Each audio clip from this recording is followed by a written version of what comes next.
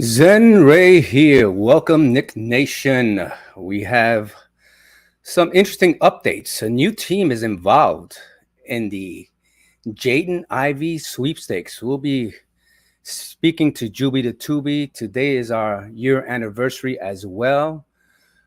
We can have a special guest. He's trying to get here somehow, some way. It's Millie from Soap Gods TV. Who'll talk a little sports, very knowledgeable about the basketball game and the game of basketball. So we're waiting for Millie, Soap Gods TV. In the meanwhile, I just want to say thank you to all Nick Nation for watching my videos and responding and commenting. I thank Bronx Roots. We had an interesting conversation about the Bronx since we're raised and born in the Bronx for a while. And thanks to him and the Absolute Truth left some messages here that I'll be putting up in a few minutes about his opinion about Jaden Ivey as well. So Nick Nation, participate. We'll be back in a few. So stand by.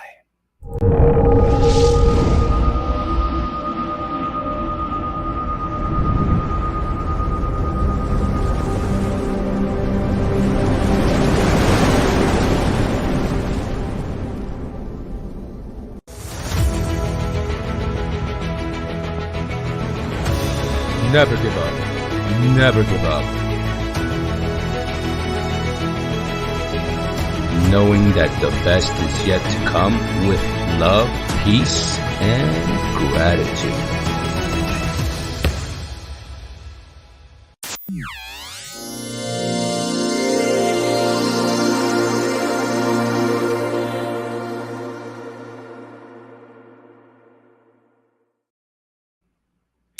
Welcome back to Zen Ray Sports Zen Ray Sports TV. I am Zen Ray, and here we have Millie standing by.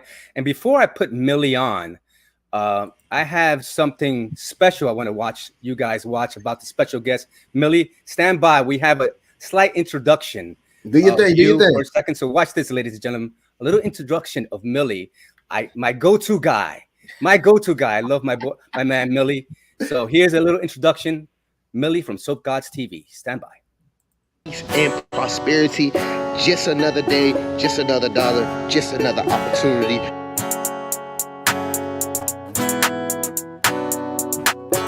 So Millie from Soap Gods. I mean, interesting, man. If you want to know about crypto, that's how and the whole we thing look going on, at he goes out knocking people's door-to-door doors, asking entrepreneurship. questions. And to all my Not dog a lot along of Mars people family, do this. you already The know most what our motto successful is right salesman now. in this world do Go what he get does. capital, go You to get work. to know a lot about go Guys, get your TV, capital. let's He knows talk a little about it. sports as You well. already know we moving So on we're going to be sports doing a little bit and talking about the Knicks. Let's talk about We're bringing in Zion Juby the Tubi Williamson. family Zion above everything. I know we had some currently comments coming rumored to in be from 330 pounds Mr. right Absolute now, Truth. which puts him We'll among put his the comments up heaviest after we players finish in watching a little bit NBA history. of Millie's introduction, and that's all. That's all she goes with his introduction. So, Millie, welcome to Zen Ray Sports TV. Can you hear me? How are you? Let me see if I get you unmuted. Hold on. Where are you? Can you hear me? Sacramento Hold on. taking AJ Griffin with the 11th pick. So We having a little technical difficulties here. Let me see if I can. Oh, anniversary, guys. I I didn't. can't believe over a year ago.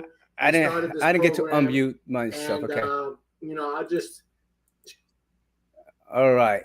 So we have a little problem here. Let me just get this fixed. My apologies. We're gonna get something new here, work together, and I'll get to unmute my we just brother decided here. to kind of put a program together where we can come on here and do what we do on a daily basis when we work together and we speak to each other. And that's talk about Knicks news. Yes, discuss Millie. the Knicks, I'm here. how Can you they hear me? better themselves, Yes. Hold on. Let me what we see. would do if we were putting a management situation. Millie, hold We on. also have a special guest this evening, which is Millie from Soap God TV. What it He's going to do? be joining us at Zen Ray Sports TV. I'm going to show you guys a little Of video him? Juby, hold on. Come on the show. Basketball fan? Hold on. Peace and prosperity. Just another day, We'll hear this just around. another dollar, just another opportunity. There he is. That's Millie. That's how we look at door-to-door entrepreneurship. Big entrepreneur, guys. Already know what Crypto. All right. go to work. So All about making you guys money, guy. Okay, let's go, Juby the Tubi. TV. Check out his link. Give him a subscribe. Appreciate that. All right, Juby. Get your mic on here, buddy. Basketball fan, as you guys can see. We're going to have him here today with Zenray from Zenray Sports TV. Let's get Zenray in here, and we can talk to him right now, guys. Hey, Juby, we had an interference. Your stuff was coming on mine, so we had a little connection issue. Oh, because you. I'm sorry. I'm sorry, brother. Hey, man, how you doing, man? What's good, brother? Can you hear me fine? I hear you perfectly fine, man. Thank you for joining us. Let's get it. Go over here. So we're going to be talking a little Knicks, Millie, and I thank you, and I'm sorry for all the confusion. Our setup here got a little kind of crossed, so my apologies. Let's do it. So, what do you think of Jaden Ivey possibly coming to the Knicks if the Knicks move up and trade Randle? I was just reading something about that, man. I feel like y'all need a point guard, definitely. You know what I mean? I know RJ Barrett, his efficiency went down. He averaged more points, but his efficiency went down. And you know Julius Randle efficiency went down as well. But if y'all can move that 11th pick and maybe a few players, y'all can definitely move up and get Jaden Ivey, man. I feel like he can work on his playmaking skills, but he definitely got that fire like Russell Westbrook. I like that for New York. I really like that for New York. He reminds me a lot like you. He has your swag. That Ja Morant type of swag. That Ja Morant for sure. So you know what I'm talking about. So I just want to talk to everybody from Knick Nation. Check out Millie from Soap Gods TV. You know, now crypto's coming into this world. A lot of NBA players are getting paid in crypto. So I have my own little crypto step on the side, but it's not a crypto show. It's a basketball show. But we'll be doing a show about, you know, professional players getting paid in cryptocurrency and a lot of that good stuff. So we're talking about sports today. Juby, welcome to Zenray Sports TV. I appreciate you being here as well. And you met Millie as well. So we're all intertwined. I want to say hello to everybody for family above everything. Appreciate the love. I'm good, man. Excited. I can't believe Zenray 1 year anniversary today. 1 year ago, we embarked on this program. Like I was explaining to my viewers, this is something that me and you do when we're just hanging out and talking, speaking about the Knicks, what they can do to better themselves, how we can better ourselves as well. And this is something that we're passionate about, being longtime Knicks fans. And what better way to come on here and speak to the Knicks Nation and get to meet some great people like Millie here. And Millie, like I said, man, you got to be a Knicks fan and to play in this city. You got to be thick-skinned. You got to have a certain swag. And like Zenray said, you definitely got that swag. And I think Ivy definitely has that swag to play here in New York City. Definitely. So, Millie, I'm going to show a video. Our first year, last year, this time, it's on 1 year anniversary. This is, close your eyes because this is not the most prettiest thing you're going to see. But it was our first day of show last year, June 15th. Check this out. And to my right is Juby, the Tubi, family above everything. What's going on, everybody? How you doing today? So we've been trying to set up for the last few days. Thank you for your patience. And we're going to talk about little Knicks. And I know me and Juba has differences about it. So tell me your outtake of the season and tell me your opinion on where the Knicks went right and wrong during the whole season this year. Where to begin, man? This season, man, to be honest, number one, I didn't expect it to go the way it did. Very proud as a fellow Knicks fan the way they played. They played with a lot of heart, a lot of soul. I think there's a lot of positives, but I also think there was some negatives involved too. And I know a lot of people gave Mr. Coach of the Year, Tom Thibodeau, a lot of props, and I did too.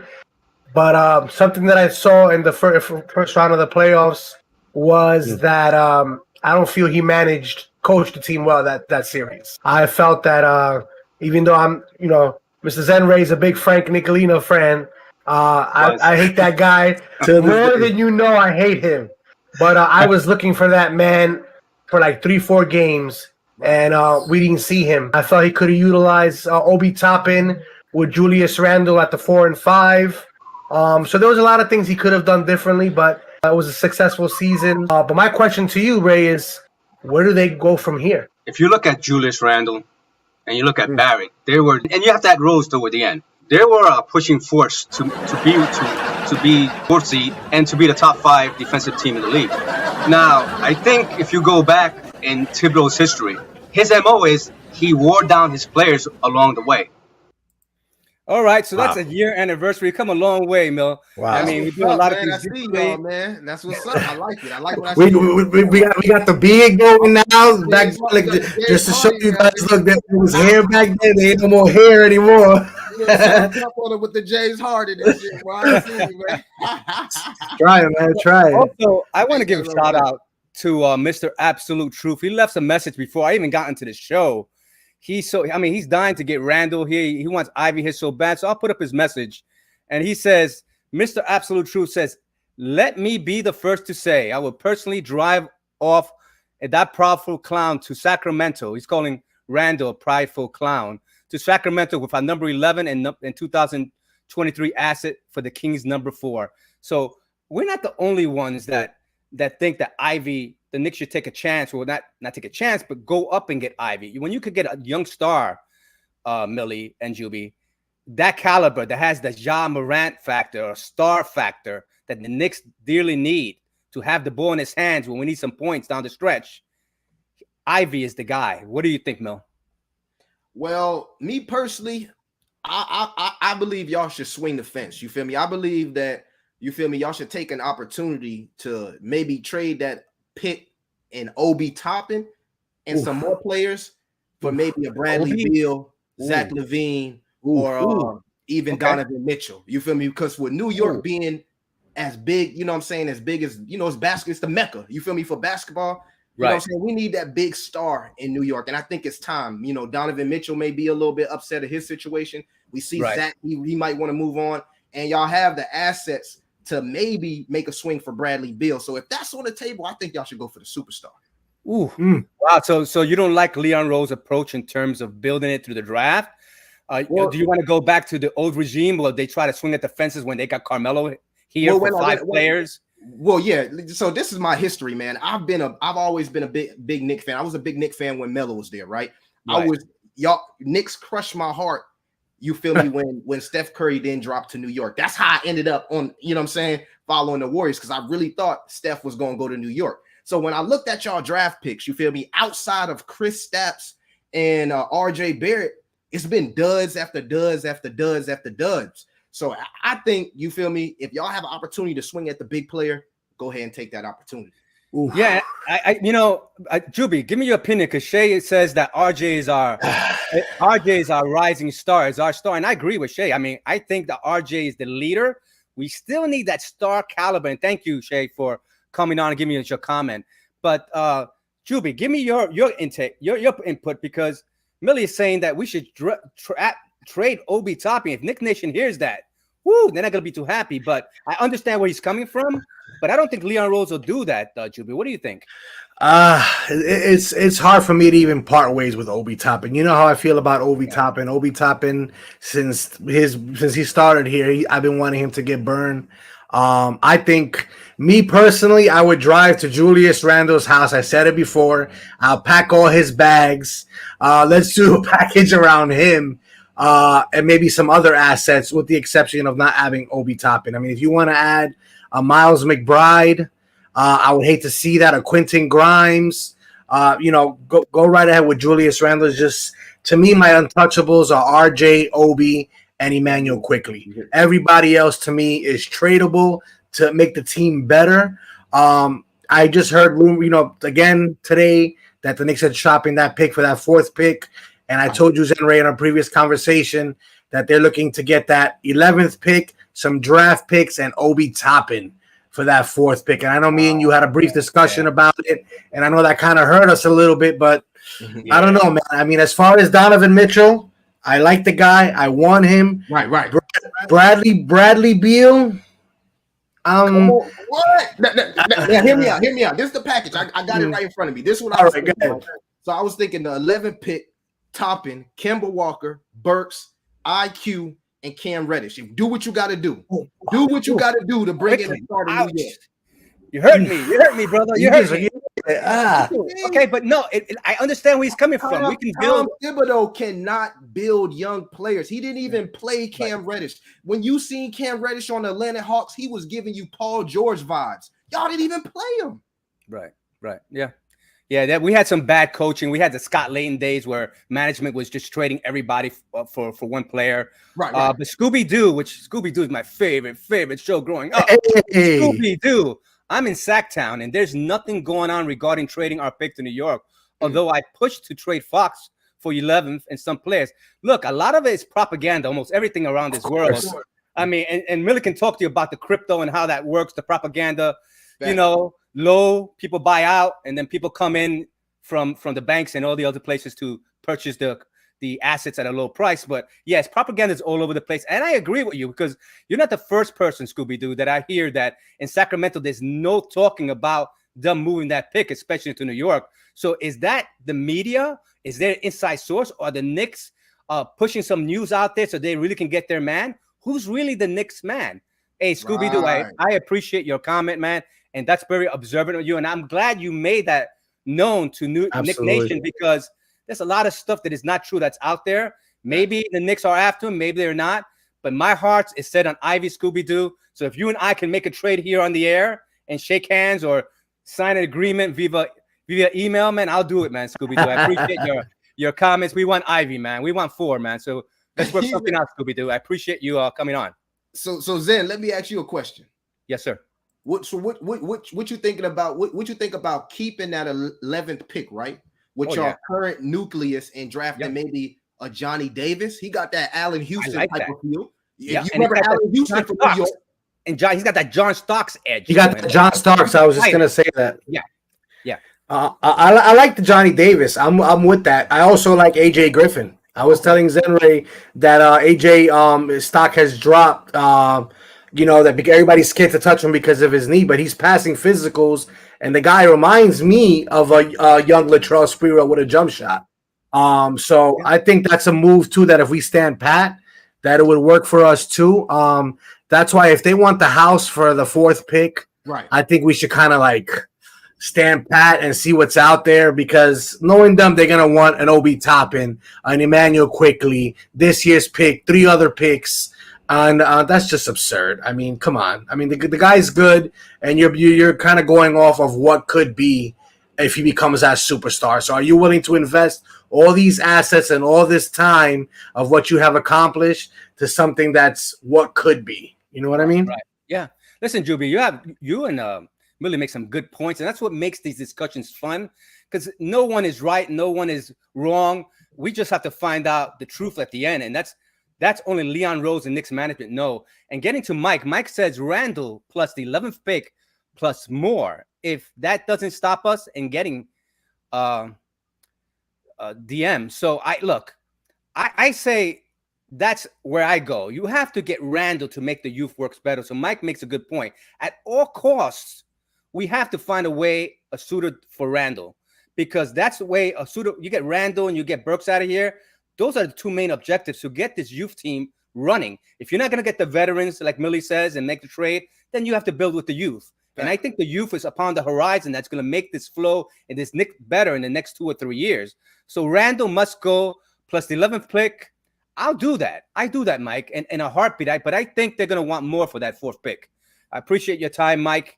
Feel free to ask any more questions. I think he has another one coming up here. He says he would be interested with Fox as well. I love Fox. We need a point guard and a young point guard. I think Fox can be an answer, but you're going back to the same question. What do we have to give? Can someone good fall for us, Millie, Juby? Someone good like Branham can fall on. Maybe Mathurin can fall down to us. Maybe Adrian Griffin. A lot of good things is happening. Adrian Griffin, I hear that the Knicks have an eye for him. This guy from Duke is going to be a star. Regardless of his knee injury or not, they say his knee is 100%. If he falls down to 11 to us, we have to grab Adrian. You got it. Oh my gosh, he's a star. If we especially. And then Milmek made a good point too about Zach LaVine. I know that we don't really like to touch up on that, but he's a restricted free agent or a free agent right now coming up. And you guys heard, I know you guys don't want to hear this, that Mitchell Robinson is a restricted free agent, and Chicago is heavily interested in Mitchell Robinson. So maybe they can work out some kind of deal. If the Knicks can't come to an agreement in terms of money, maybe they can work out a deal with Chicago where we can swap Mitchell and something else for a Zach LaVine in a sign-in trade, and then still keep our 11th pick. Or who knows, maybe they want that 11th pick too. So there's a lot of stuff that can go on. This time of year, like I told Zenray, it's just crazy. All the rumors start happening, all the speculations, and this is just a tip of the iceberg of what's to come until next week. So Shea is back on, and I think this goes to you, Millie. Why bother to draft at all if we ain't developing our own? That was Millie's point. Millie said that our coach is not developing them. I mean, our rookie sitting down, because he has his players. He has Burks and Randle. He has his veterans that are running the team. And I'm saying this right now. If he goes and does the same thing this year coming up, there's somebody in the wing waiting to coach this Knicks team. Okay. and we spoke about it in last week's show. Hey, Shay, I appreciate that. You make some good points. We're going back to Mike. Mike says Randle for Fox straight up. Would you do that, Juby? Would you do that, Mil? Let me get my clothes ready so I can go get the bags and go ship them out. I'll do that right now. Yes. I think that's just to get Randle out of here and get a point guard, Mike. I think we'll do that. No assets being traded, just straight up. I'll go for that, Mike. I think I'll go for that. And then I would use that 11th pick on some floor spacing, because the major thing is what I seen last year from the Knicks is that they lack floor spacing. Evan Fournier didn't really live up to his contract. Let's be honest. He didn't live up to his contract. So if y'all can keep that nucleus you got and your boy can improve his playmaking skills, I think y'all can just get that floor spacing and trade straight up Randle for Fox.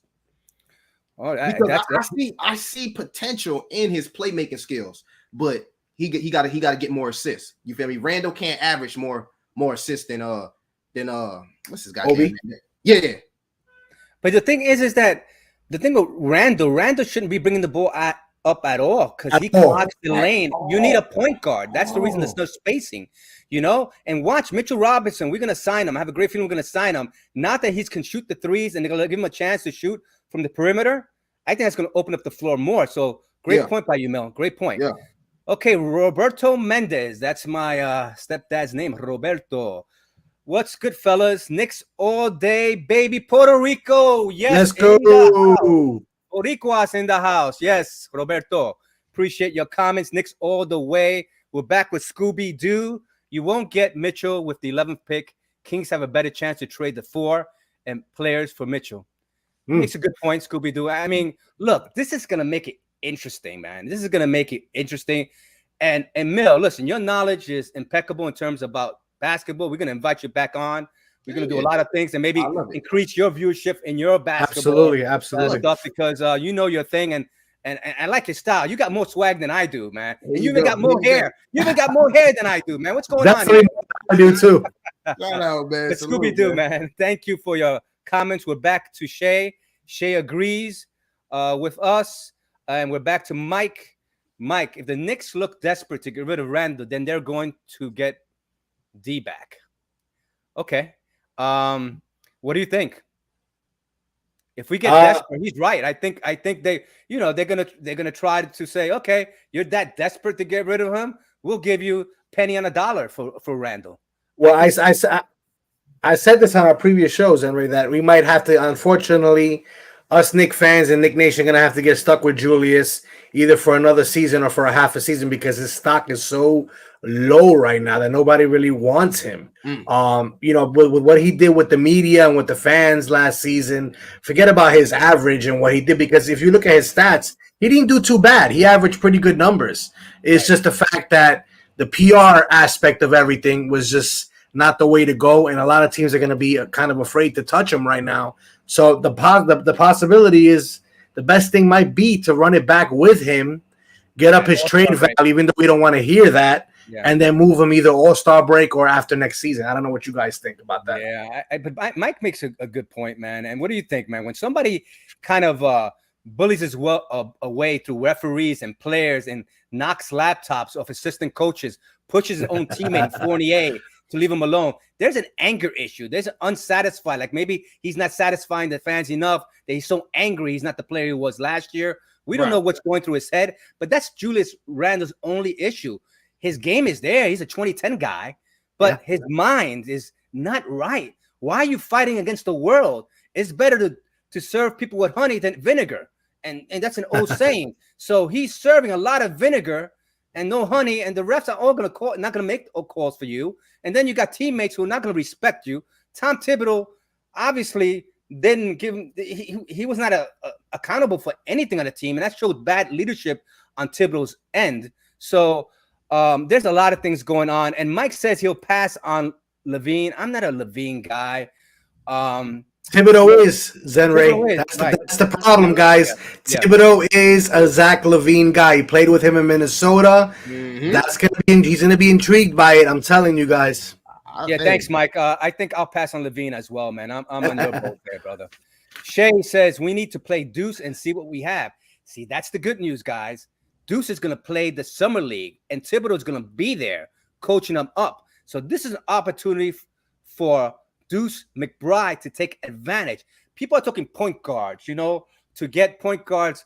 We need a star player. We have our point guards in Rokobaitis, and we have it in Deuce. We know Rokobaitis is in the Euro League. He's probably won't be here for another couple of years. Maybe he's a stash player that we'll do in a trade later on. But we have him, and we have Quickly, who emerged late in the last 10, 12 games of the season that took over as our point guard. So we have some promise there. So I look forward for the Knicks to nab a star like a Branham, a Mathurin, Griffin, Benedict Mathurin, like I mentioned. These are the players they're going to go after, upside, try to hit that home run with a player. Shadon Sharp is not in the picture. I think his value is going down. I think now he's reaching the 9th, 10th pick in the last mock draft that we'll go over. But good point, Shay, on that. So we're back. Mike says I would bring Anton and trade for Ivy. He wants Aiden, the Phoenix center. Yes, Aiden.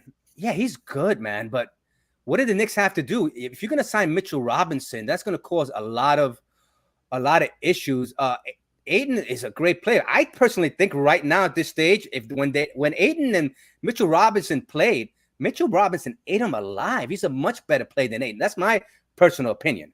He ate him alive in all the games they played against Phoenix. He dominated him on the board. Aiden can get a rebound off Mitchell Robinson. And trade for Ivy, yes. Aiden, I guess if we don't sign Mitchell, maybe that's something I'll think about. But right now, Ivy all the way.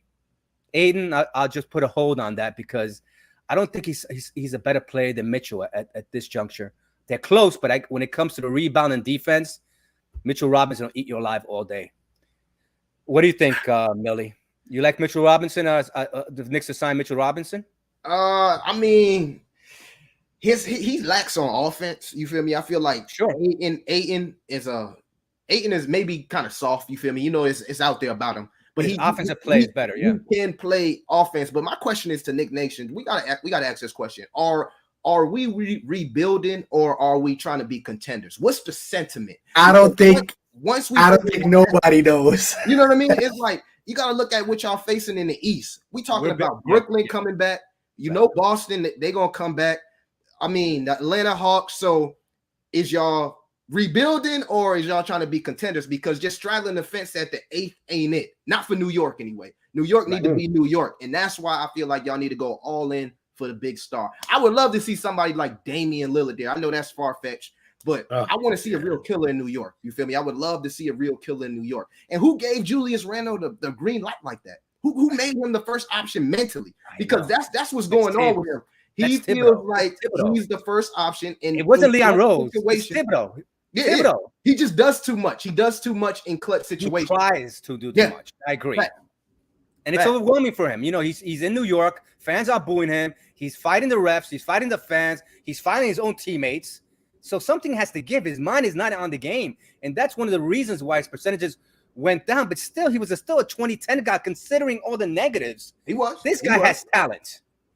He said he got talent. His mind is needs to be kind of mental health needs to be adjusted for sure. Yeah. I agree. So, Mike, once again, thank you, Mike, for getting involved. Ivy, IQ, RJ, Obi. Okay, I mean that sounds like a great. That's a decent lineup. I like it. Defensively, you lose a lot there with not having Mitchell Robinson there, but I'll take that because then you have Obi's also. Right now is not the greatest defender, and if you had to ask Thibodeau is going to go all defense first. What do you think, guys? He's an all defensive type coach. And that's the problem with all the players moving to 5 and out. I feel like y'all should be targeting somebody like Mitch. What's the guy name from Indiana? Miles Turner. A center that can actually hit a long shot. You feel me? And Brogdon, point guard, Miles Turner would be perfect for you guys because then y'all can play 5 out and still have that defender in the inside. Yeah, but the only thing, Juby, I'll let you speak next. The only thing about getting Miles Turner, he has a lot of injuries, so his talent is there. But if you're not on the floor, producing those talents, you're no good to us. Mitchell Robinson had a stint last year that was always injured. This year, he was like the crash dummy. Every time he fell up, he came up. He was like the rubber man. Marcus Camby 2.0. I said it. Yeah, he was like amazing. He would walk out of the game, get hurt, come back, and the Elastic Man. That's what he reminded me of this season. But injury prone, he had issues in the past, but Mitchell Robinson kind of, made up for it last year. I think he's needed here in that Knick lineup right now. Thank you, Mike, once again. And Mike says, sign vets for the bench. Now, our bench is too deep, Mike. We need to play our young players like in Grimes and like you mentioned, Deuce McBride and the other young players, like even Cam Reddish, if you don't trade them. You have a lot of young players, even Jericho Sims as well. You have to get rid of Nerlens Noel in some kind of trade package as well and maybe play this young kid Sims. Sims was very impressive in the short stint he played, and he can back up Mitchell Robinson, and then you have the old veteran behind him as a third guy. So I appreciate it. Oh, we got Prezi the Boss. Thank you, Mike. Prezi the Boss, thank you for coming on. We don't need saviors. We don't need to develop our in-house talent. Randle needs to go for the sake of Obi's development. I agree. 100%. Ship him off to Portland for the 7th pick. Listen, if that 4th pick, we can't make that trade, that's the next destination because Portland is looking for another star player for Lillard. So what do you think? Lillard and Randle, the team in Portland, that makes them a much, I think, more opposing team because Randle could get you 20, 10 points, and you got Lillard comes back healthy. He can score. I think they can do some damage. I don't know if they'll get to the promised land, but they can be competitive all year long. What do you think, Millie and Jube? Go ahead, Jube. I think it's a good. I mean, I think if it's there, I just don't know what we want at 7th that we can't get at 11th. I mean, they would have to be intrigued by somebody like Adrian Griffin if they think that he's not going to be there at 11th because somebody in 8th, 9th, or 10th is going to take him before them. Then they make a move like that. Ivy's not going to be there. So that's why the 4th is more something that they want.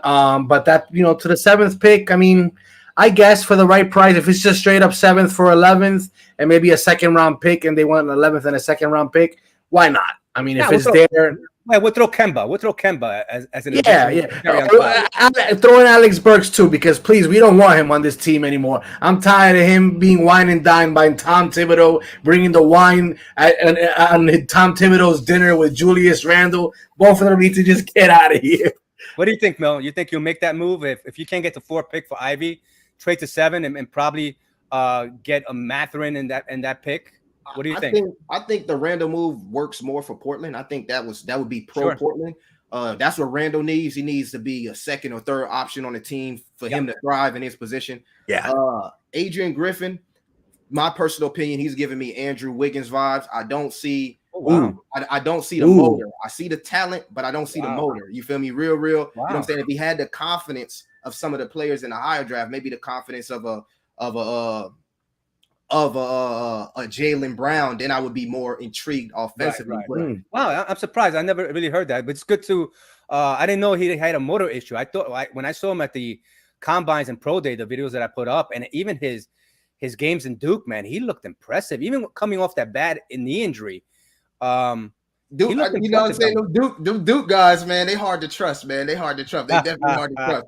But that's true. That's true. I would have wanted him to be more aggressive. That's what I'm saying. Like, right. Not taking away from his work ethic, but when I say motor, more aggressive, showing that potential, showing that offensive skill that we all know that he has. You feel me? So that's why I meant Andrew Wiggins vibes. If he was coming to a team with veterans already, but if he going to the Knicks, I think y'all need him to produce up front. You feel me? I don't think, it's something that Tom Thibodeau wants to do as far as, player development, because he lacks at that.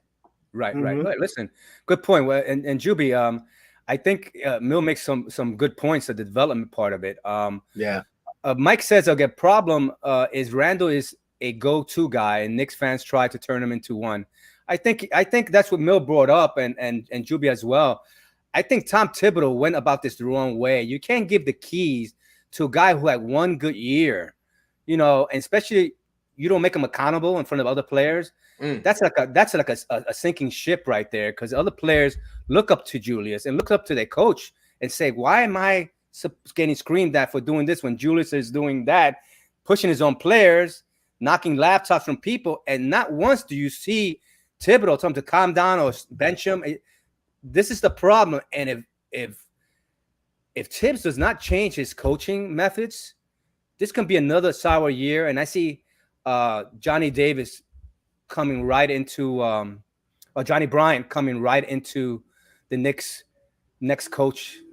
He's looking to coach, and I'm not a big Tibbs guy. I'm a more of a Leon Rose type of guy.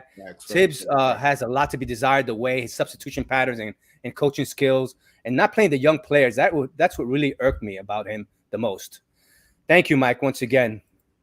And we got Bruce. Welcome, Bruce Curtis. As Kings fans, I pray that Randle is the key piece for the fourth pick. RJ Barrett. Wow. Whoa. I'm definitely intrigued. Okay, so then he wants Randle. No, he doesn't want Randle as the key piece. He wants RJ Barrett. Then he's intrigued.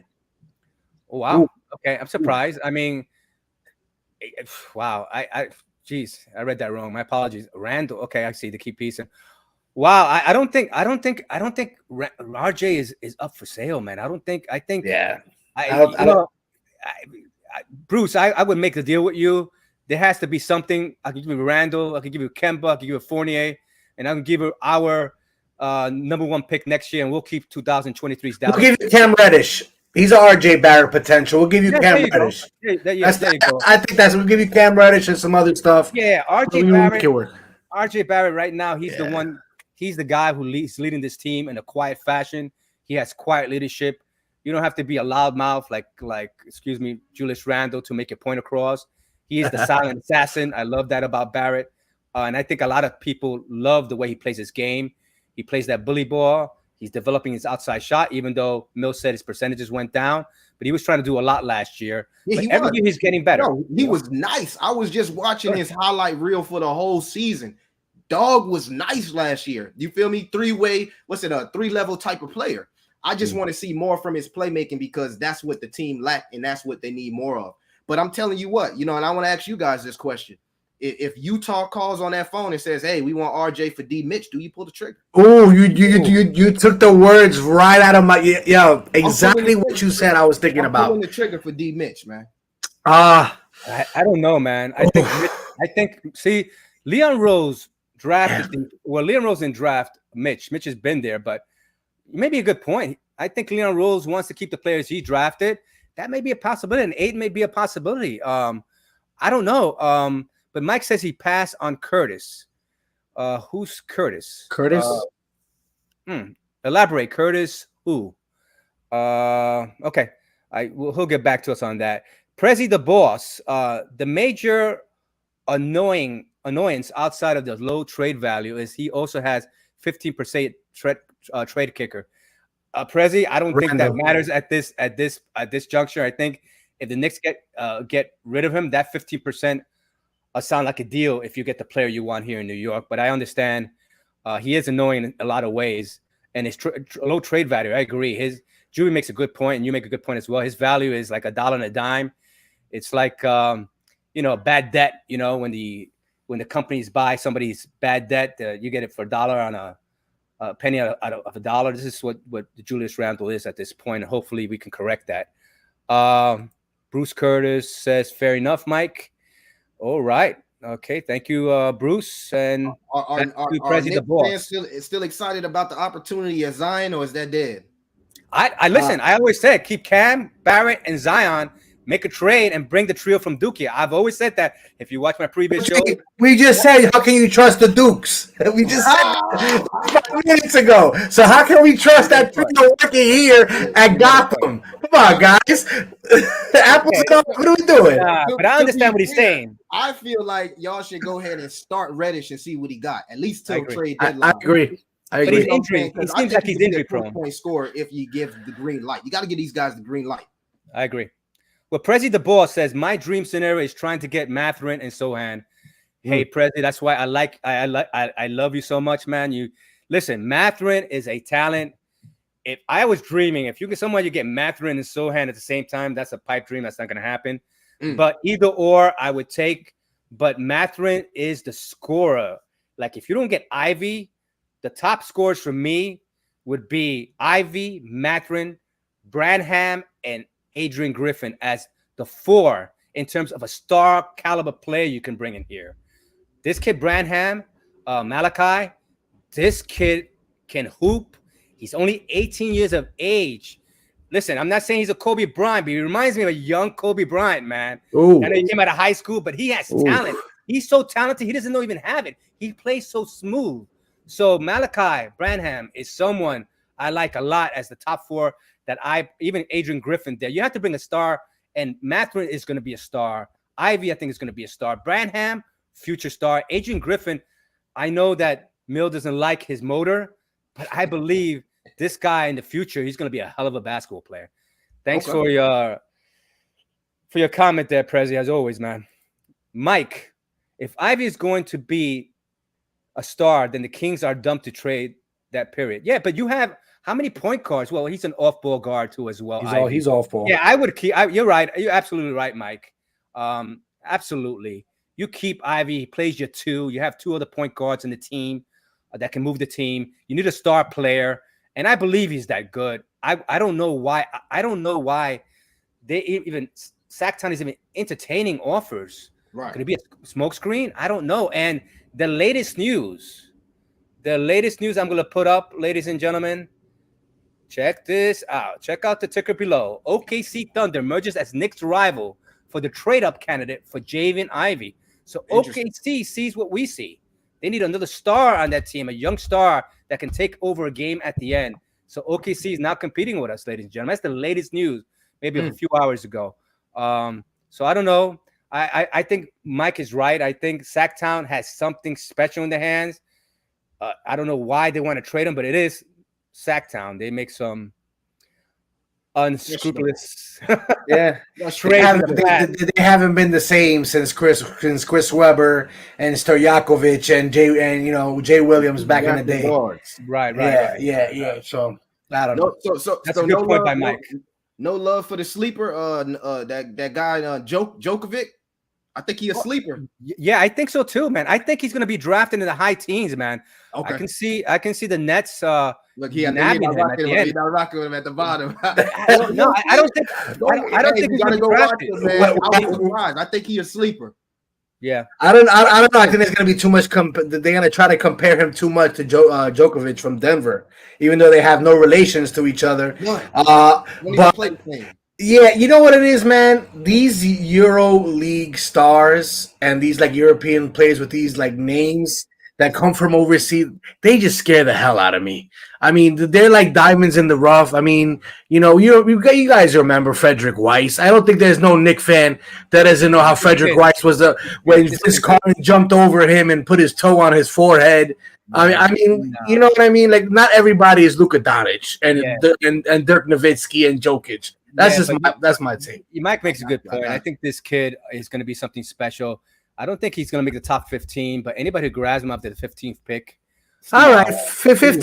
Yeah. I don't think he's top 15. I don't think he's top 15. I could be wrong. He may be drafted 13 or 14, but I think anywhere between 16 and 21 he'll be drafted. Mike is having a little battle with me Mitch is better than Ayton? Not sure about that. Hey, Mike, offensively, I'll give Ayton the edge. Defensively, I don't know if you watched those Knicks games against Phoenix. He just tore him up, man. He tore him up defensively. He couldn't take a rebound off Mitchell Robinson. I think Mitchell Robinson had a 15 rebound game versus him. And all the matchups, you can see how it rebounds Ayton. So listen, I maybe I'm biased because I'm a Knicks fan, but what do you think? Ayton or Mitchell Robinson, Mel?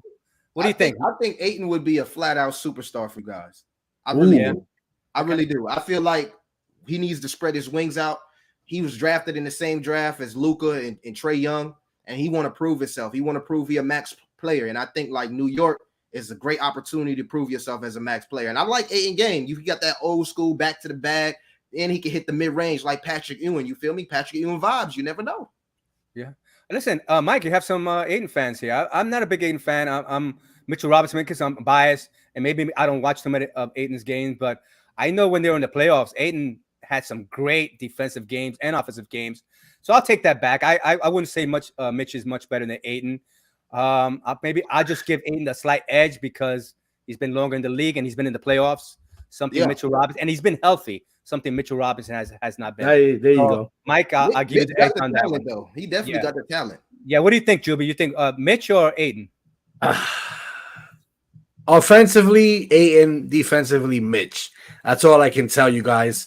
But if they both want 80 million plus, they can both kick rocks. And I'll stick with Jericho Sims and go sign me another big man and get me another star wing or 3-and-D or a point guard. The day of the man who backs the ball into the basket, and I'm a big guy myself, and I come from an era where we used to post up like Larry Johnson and Charles Barkley and everything.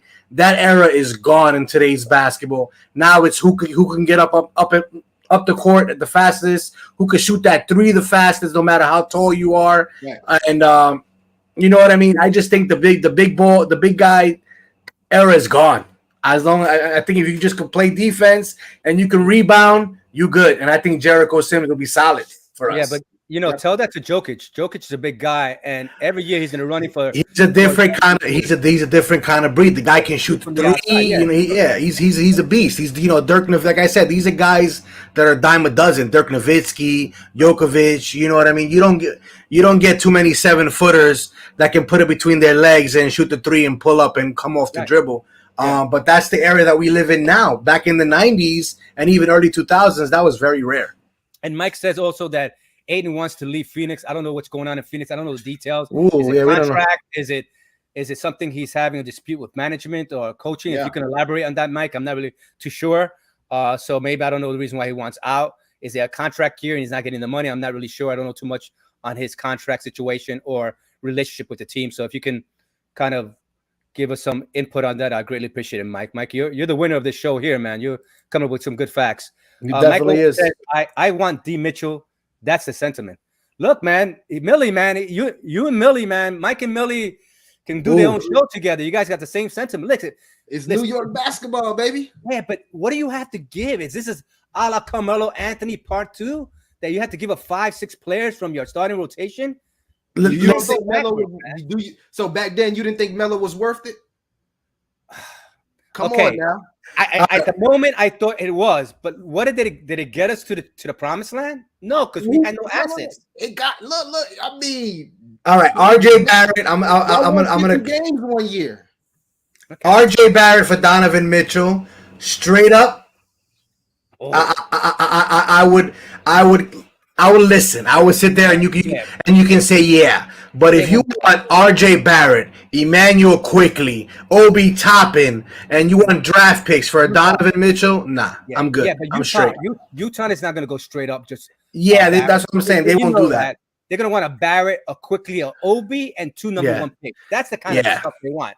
That's half of our team practically. We can't do that. I love a Mitchell. Regardless, I think he's one of the best 2 guards and point guard in the league. He plays that combo guard where he can take over a game. Look, I love it. I would love to have him here, but you know who's there. Danny Ainge, the assassin. He takes no mercy. He'll get, man, look what he did in Boston. He traded 2 of his players to the Brooklyn Nets, or were they New Jersey Nets back then? Doesn't matter. And they got like 4. They're still the New Jersey Nets.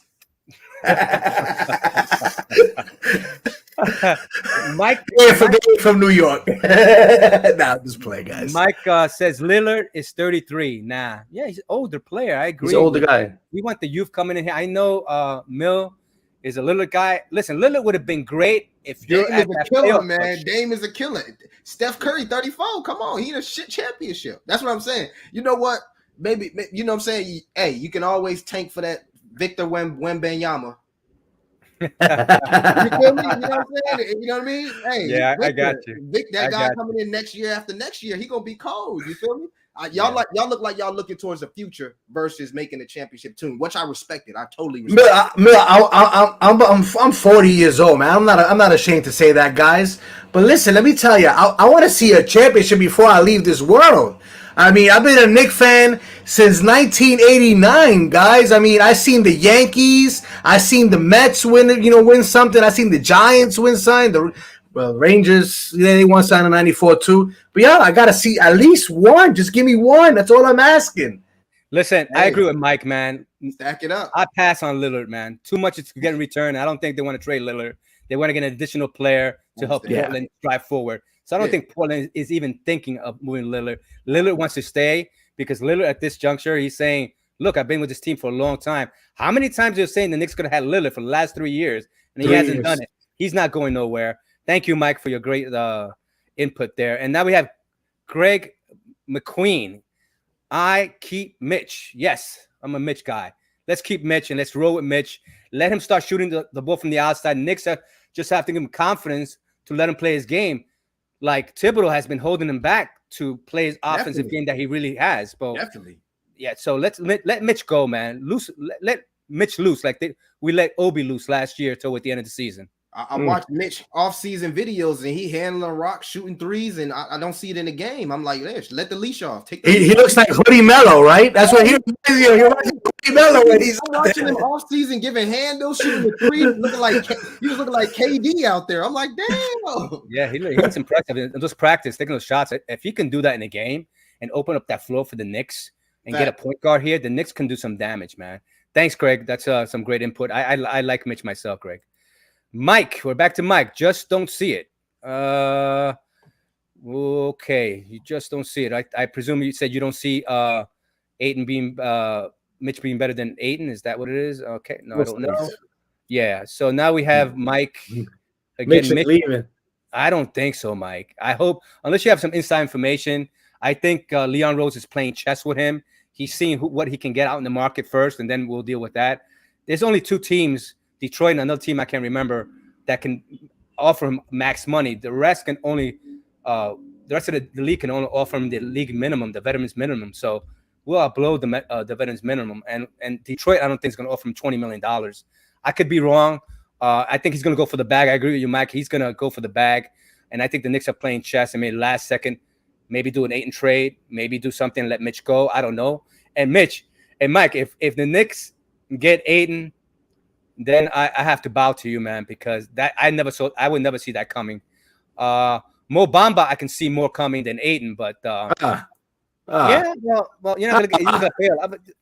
Look, I know you're not a big Mo Bamba guy, but I was intrigued by that guy the year of the draft, and then I was so upset when we didn't make a move to get him, and then when I saw what he ended up being in Orlando, I was like, thank God we didn't trade up and give up the house for that guy. He's gotten better. He's gotten better.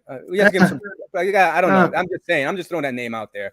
Shay, thanks for coming back again. We lost many close games that we had leads. That's true. And we're closer than you think. Continue the youth culture and rebuild. Yeah, that's the Leon Rose plan. Look, the dollar bill says for me, or the $100 bill says, and Leon Rose, I trust at least. Because I don't really trust Thibodeau. I don't know. I like Johnny Bryant, basically myself, to kind of take over this young team. He has a relationship with them. He has this youthful kind of touch with them. Not this kind of no-nonsense kind of Thibodeau, want to play veterans, kind of not looking. He doesn't think outside the box. Johnny Bryant, he's a thinker outside the box. Thibodeau is still playing his game back in 1994 when the Bulls were back championship back then. Was it 94? I'm just throwing a year out there, but it was a year when he had Rose. And listen, man, he produced Jimmy Butler. I mean, you guys all say that he doesn't do the whole youth thing.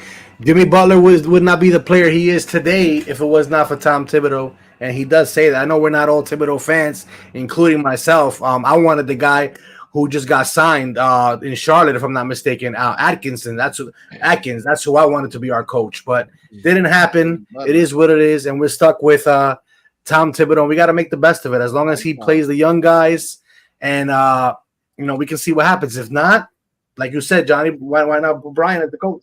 Yeah. So Mill, I don't know if you watch a lot of Knicks games, and Shea makes a lot of good points that we lost a lot of close games. We had leads going into the third quarter, and every third quarter that I remember, they would give up a 20-25 point lead, and then they make it close in the fourth quarter, end up losing games. Plenty of games, and Shea makes a good point. Where did that come from?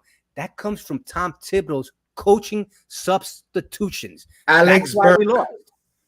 40 minutes. 45 minutes for Randle. Obi Topping, 9 minutes. How are you supposed to develop the youth when you're playing your veterans all these minutes? Makes no sense. Fournier, which one game he played 39 minutes. Don't get me wrong. Fournier broke John Stark's record.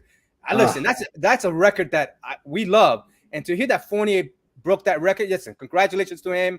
But look, I don't think that it should have been another Knicks player, a homegrown player. But hey, congratulations to Fournier. He has some talent. He has some defensive lapses. He hustles, but he is not the right fit. I would rather have Cam Reddish in there and show what Cam Reddish can do. What do you think, Mel? 110%, man. Like I said earlier, Evan Fournier didn't live up to that contract.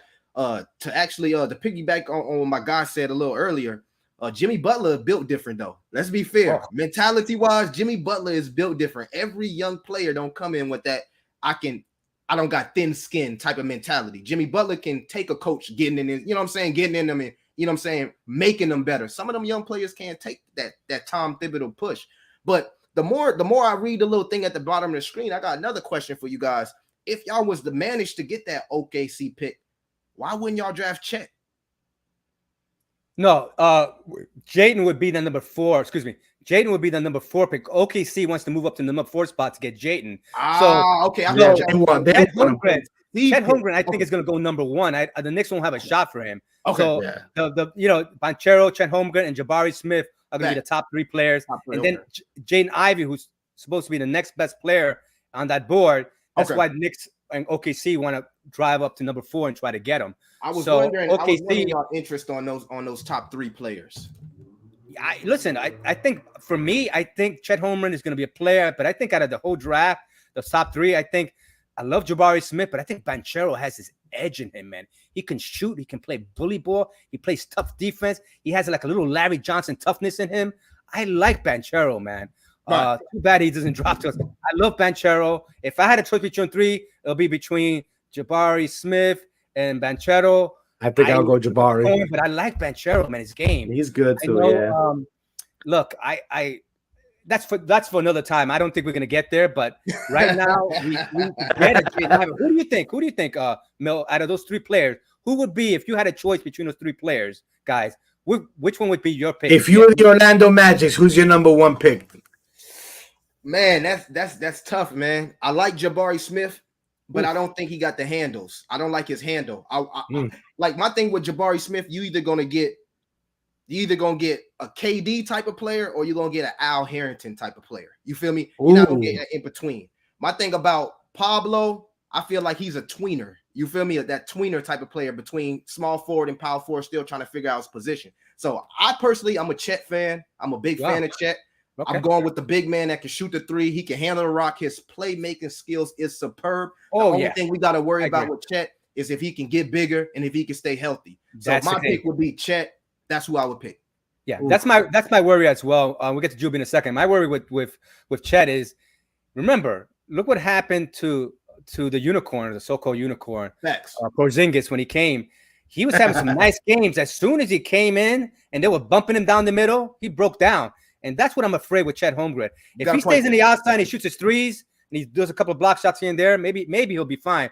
But my concern is, can his body withstand a whole NBA year? Because the NBA is a whole different league. They have bulldogs down there, especially down the middle. I mean, we watch games enough where people just get hit all over the place. I don't know if Chet Holmgren in the long run can hold up injury-wise. I could be wrong. Right. Mel, you said it correctly. He needs to put more muscle mass. Definitely. Eat some Twinkies, eat some White Castles, whatever. He needs to bulk up, man. What do you think, Philby? It's a tough one, man. I mean, me, Jabari would. I would still think. I think I would still go with Jabari, just on the upside on what I think he can do. I know he does. His handles is not there. But I just like him. I think he's a complete player. Then after him, Chet. You know what? The way they have it with a lot of the mock drafts right now, they got Jabari and then they got Chet too, and then they got Banchero third from Duke. So right. I think that's the way it is the way I would pick if I was teams. Right. But you know, that's for Orlando. We ain't worried about Orlando, and we definitely ain't worried about Porzingis. For all you sports guys who wrote this past week, I saw an article that said Porzingis back to New York. No. I almost cried. What? So please, we don't want no part of him. Just hate, man. I thought he was turning up with y'all. I'd rather bring Melo. I've been arguing with Zenray about this since last season. I'd rather bring Carmelo back for one last dance to train with the young guys. That's it. All right. Okay. Listen, Don says, "Yo, before injury was that dude, man. He was that dude for like 24 games. Like 24 games, he was that dude. He was. He broke down, yeah. But Don says, "Yo, how is it going, Don? Man, we haven't seen you in a couple of weeks. We missed you. I'm glad. What's up, Don? You out the show. We got Juby, we got Millie from Soap Gods TV, and thank you for coming on, brother. Any questions you have, feel free. Your opinions." We need to make this show fun, and we have Mike again, man. Mike is rocking it. What's Turner costing, though? Miles Turner. You were talking about Miles Turner. Miles Turner. What's going to cost them to get him? Pacers seem to be eager to get rid of him. His contract, it's a big contract. He's injury prone. I think you can get him for Randle and a bag of peanuts. I think, and maybe a second round pick, because I think his issue is big contract, injury prone. Is not enough on the floor so he can produce. But when he's on the floor, he's a talent to be reckoned with. So Mike, I think they'll do definitely a Randle straight up for him. I think they would do that just to get rid of him and maybe ask for a second rounder or maybe ask for Burks, another player. But a lot of this kid, Miles Turner, is a talent, like Mill mentioned. If he can only stay on the floor, and that's the same issue with Brogdon. Think about the team that the Pacers have with Brogdon and Miles Turner. If those guys can stay healthy and stay on the floor, they can be more competitive than they were the last couple of years. What do you think, Mel and Juby? The wear and tear in the league is getting to these guys. Hey, Zen, I agree, but we got to cover the elephant in the room. I didn't hear neither one of you two guys mention it yet. What about keeping the nucleus you guys got and adding Jalen Brunson? Hey, where do I sign? But Dallas, listen, Mark Cuban is going to give him the bag. Are the Knicks going to pay more than $20 million? You don't think so? Going to go there. I don't think so. I think they will. I think they can. Okay. I think Jim. Remember, we say what you want about the man. You don't like him. Jim Dolan is a wealthy man. He's quiet. He plays his little guitar in his band, and he's staying out of stuff right now. But if he hears, hey, listen, Mark Cuban is offering this guy this amount of money. What? When we can get him here, give the guy whatever he wants, and if we can get him and give him the keys to Gotham. So Juby and Mill, let me give you an example. So the Knicks says, okay, we'll give you the 4 years, $20 million at $80 million. Dallas will come here and says, we'll give you 5 for 115. Do you think the Knicks are going to try to do a bidding war for him? I don't think Cuban can afford that. Cuban they already announced that they're going to have a problem signing him. I don't even think they offer it to him. And I feel like, I feel like your boy Brunson can come over there and do some Fred Van Fleet type shit. You feel me? Fred Van Fleet. Better. I think Fred Van Fleet, you never saw Fred Van Fleet score 45 points in a game. Right. This kid he doesn't have to score to be effective because he's got other players involved. He's a dog. You need him to score. He can score. He's a talent. And don't be fooled by his size, because I know Thibodeau loves 6'5", 6'4" players, point guards. This kid at 6'1", he has talent. I would go there. I would definitely go there. The question is, they would want to sign and trade for him. Would you give up Mitchell Robinson because they're looking for a center? Would you trade Mitchell Robinson for him to come to New York and sign and trade? That's the question there, because they don't want something in return. So I got my pen. I got the pen ready. Where do I sign? Let's do it. Now we're gonna need Aiden. Now we're gonna need Aiden from Phoenix. So let's get back to Craig. Craig McQueen, I would trade Randle for the 4th pick. Yeah, but it's gonna take more than Randle for the 4th pick. I mean, I would do it too, man. But Sacramento is dumb, but they're not that dumb. They're gonna want some assets in return, and Cam Reddish will have to be a talk in there. I wouldn't mind. I wouldn't doubt they'll ask for Quentin Grimes and a Jericho Sims. Would Knick management do that? I don't think Leon Rose will do that. If it was straight up, like you say, Craig, I believe that I side in the dotted line right now to do it, but that's not going to happen, man. I think they're going to want more assets than that. And since the Knicks are New York, you know how you go to New York, you pay the most taxes, you pay more for everything. It's the same thing for the sports team. They're going to ask for more always from a New York team. Hey, they're New Yorkers. They have more money because we pay the highest taxes. We pay a lot of this other stuff extra. And we're supposed to be quote unquote wealthy in New York, you know, especially when you pass Park Avenue and you pack, Fifth Avenue and you see those grand stores. So they think New York can afford this. So it says we're going to ask for this, this, and that, and they can afford it. Leon Rose does not play that game. He doesn't play checkers. He's playing chess. And I see Leon Rose building the foundation of the youth and go with the youth system. Let's go Knicks. Let's go Leon Rose. Let's get our guys in this upcoming draft. What do you say, Juby? Yeah, listen. I like the Brunson kid. I said it. I think that's a plan B. Okay. In my opinion, I think plan A is to try to get up that 4th pick. Plan B is Brunson, and then if they don't get neither, then they're gonna try to figure out a plan C, which we will discuss at a later show and see what that plan C is gonna be looking like. But I think plan A is Ivy, plan B is Brunson once that free agency opens up in July, which is going to be 2 weeks away after the draft, 2.5 weeks after the draft. Right. So we'll definitely know which direction the team is going for sure. Yeah, I agree. Yeah. So Mike says Sac is, but we know Sac, like Dumb and Dumber, the movie. But I don't think they're that dumber. I think they're dumb. They'll make some foolish moves. But I think Sac-Town knows what they have in that 4th pick. And I'm surprised. I don't know who mentioned it. I think it was you, Mike, that mentioned why would they trade that pick, especially to have Jaden Ivey, this future star, and you want to trade him away when you can play him as your 2 guard and you can drive Sac-Town into this extra level, this dimension of that Ja Morant factor. So this is the stuff that I don't understand what Sac-Town is doing. And a lot of stuff Mike has said, I agree. Thank you, Mike, once again. Don, Randle will be better served on a team with Lillard. For sure. Yeah, Millie, I and Juby have mentioned that. I think Randle will be served, and he's out in Portland. There's nobody out in Portland. The New York media can't get you in Portland. Only when you come to New York and play. Or Dallas. Or Dallas. I think I think with in Dallas too. What do you think, Mel? Randle, somebody gonna call for him. But hopefully it's not a team that make him a first option. I'm tired of seeing that.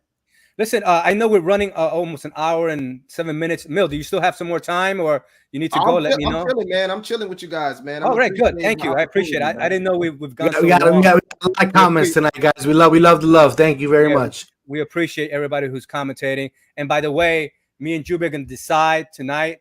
You get on the first anniversary, you're going to get a shirt with a logo and a hat. So far, silently, Mike is winning. I saw the comments and all the good stuff here. You still got a chance to win the hat and the thing. You're going to go to one of the stores we're going to send you at. Probably going to give you my email address to get the information, and then you'll go purchase with one of our codes. Not purchase, but you're going to get the items through a code we're going to give you through our merch store, and you can get the shirt and hat for our 1 year anniversary. I thank you guys. So I think Mike is in the lead right now. But that can change. We'll discuss that with Juby at the end of the show, and then we'll get in contact with you guys somehow, some way. I think by the end of the show, you guys should know. So Randle would be better. We spoke about Lillard, and we got Mike once again. Sac is not doing that. I agree. I don't think Sac. They're not gonna make a trade Randle straight up. That's not gonna happen. I wish that one of the executives go kind of deaf, dumb, and blind and make a trade straight up for that. So I agree with you, Mike. Then Mike again says Randle for the 7th maybe, but 7th and 11th, nah. I agree with you. I think we're gonna go either or. I think even in the 11th pick, Juby and Mill, Mill, at the 11th pick, we have some talent that can drop down to us. Maybe AJ Griffin, or Mathurin, Branham, Sohan we spoke about as well. Mathurin can fall down to us. So it's not like we have to be in desperation mode. And I think with Michael, someone was saying we can't be that desperate to try to deal Randle because his value, like Juby and Mill said, the value is not there the way it used to be. So we have to play cool, cool hand Luke, like that old movie. You have to pay with that cool hand. That's I agree 110%. That's why I said even if y'all plan to keep Randle or keep that core, drafting a player like Johnny Davis, man, just to stretch that floor that can actually just consistently hit a shot and can get on fire, can get hot, man. And you know what I'm saying? At least it'll put y'all still in like 6th to 8th playoff. I know it's not contenders, but you know what I'm saying? It's a winning team. A good floor space to give y'all a good winning team. Yeah, I agree. That's a good point. Thank you, Mike, for your comment. We're back to Craig. Randle. If I didn't mention, that's another one I'm a fan of, Keegan Murray. Oh, Keegan Murray. I'm going to tell you something about Keegan Murray. He's going to be what is called a solid NBA player. I don't think he's going to be the star like everybody says.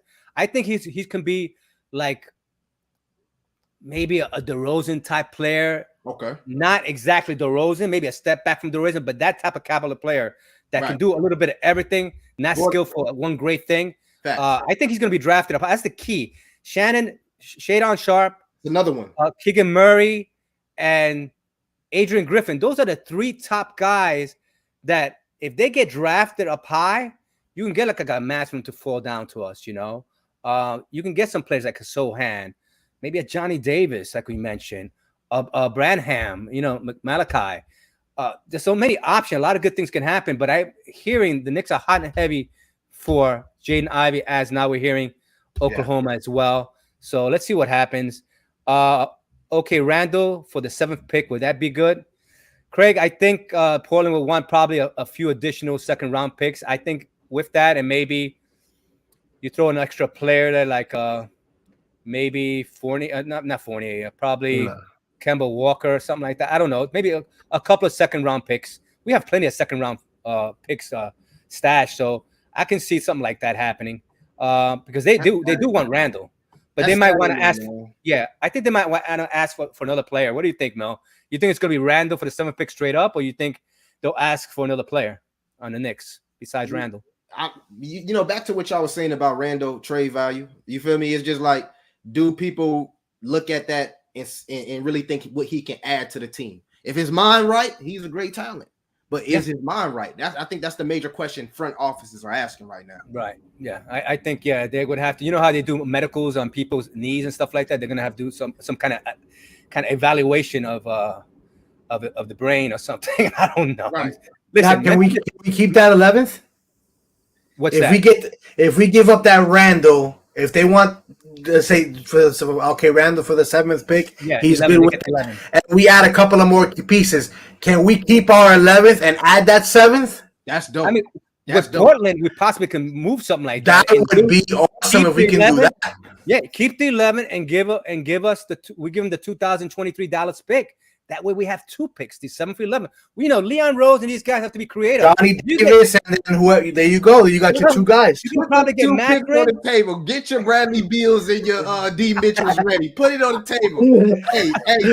hey, Jube, if you pull that off, just put it on the table, man. Bring back Knicks basketball, baby. Bring back Knicks basketball, man. We gotta give them a show in the Garden. That's exactly. I agree with Mel. But if you do get a 7th for 11th pick, imagine getting a Mathurin and a Sohan.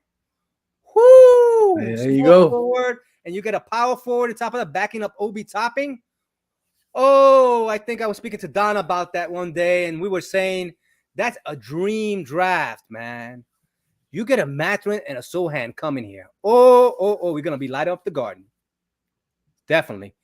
Okay, so thank you, Craig. I think we're gonna have to give a little bit more, probably a few draft picks, 7th for Randle, and but Juby and Mill made a good point. We can try to keep the 11th. We'll give them the 2023 draft pick of Dallas, and we can get the 7 and 11. I think Portland wouldn't mind doing that. I think they want veterans, and we'll throw in probably another veteran for them. We'll give them a Burks added to that team. 100%. Look, we can make things happen. The salaries have to match up, so I don't know if we can get carried away doing all that stuff. But and Leon Rose, I trust, man. So thank you, Craig. I appreciate it. As long as y'all bring back Ben McLemore, get that shooting. I wanted Ben here. I've been preaching for Ben for the last 2 years to come to New York. My boy, the green light. He can shoot it. He can shoot it. Yeah. 100%. So Mike says Randle in 11th, okay. 7th, nah. I think that's I guess. I mean, Mike makes a point. Portland may want the 11th pick as well. I mean, but if we can entice them, we give them the $2,000 23 pick, and we can get the 7 and 11. You can pull off some magic in this draft, and I think I trust Leon Rose and the staff with the scout team to pick the appropriate players the Knicks need. I trust Leon Rose. I mean, like I mentioned before, and Thibodeau, I'm still shaky on how he's going to coach. You can't teach old dogs new tricks, or can you? Can you teach old dogs new tricks, Mel?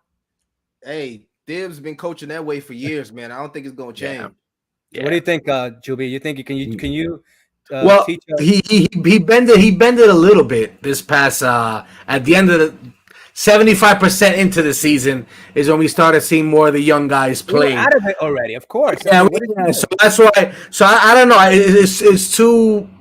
You can't tell with this guy. One day he wants to play the young guys. Like I said, another day Alex Burks gives him a nice glass of wine. When he comes over for dinner, he brings him a nice bottle, and then he's getting 48 minutes, and then the young guys are not playing. So I don't know.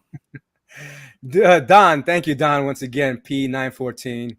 Dude, speaking right now, uses the eye test to evaluate. I like that. Much needed perspective. Listen, any perspective we can get from people, maybe we get one of the Knicks scouts to listen to what we're saying, and maybe we can give them some ideas, even though I don't think so. I think they have a plan. I think they have a plan, A, B, C, D, while other teams have, 2 steps, maybe 3 steps ahead. I think we're 6 steps ahead of everybody else. That's how much I trust Leon Rose and the scouting team of the New York Knicks. So great perspective on your end, Don. Mike, Randle, 7th pick, maybe. Possibly, but I think you're gonna have to give a little bit more than just Randle. You're gonna probably have to give someone else, maybe a Burks and some second rounders, maybe. So that's a possibility, but I don't think it's gonna be straight up. I don't think they're gonna do that. We can entice them. Well, giving them the 2023 pick, we keep the 11. We throw, Alex Burks, depending on the salary cap issues, and we get some of their, some of their dead contracts back. I don't know. But this is good kind of evaluating what we can do, Mill. I mean, we have to be creative, especially like Mill wants to get a Donovan Mitchell and some stars in here, but we're going to have to give up a lot of the talent.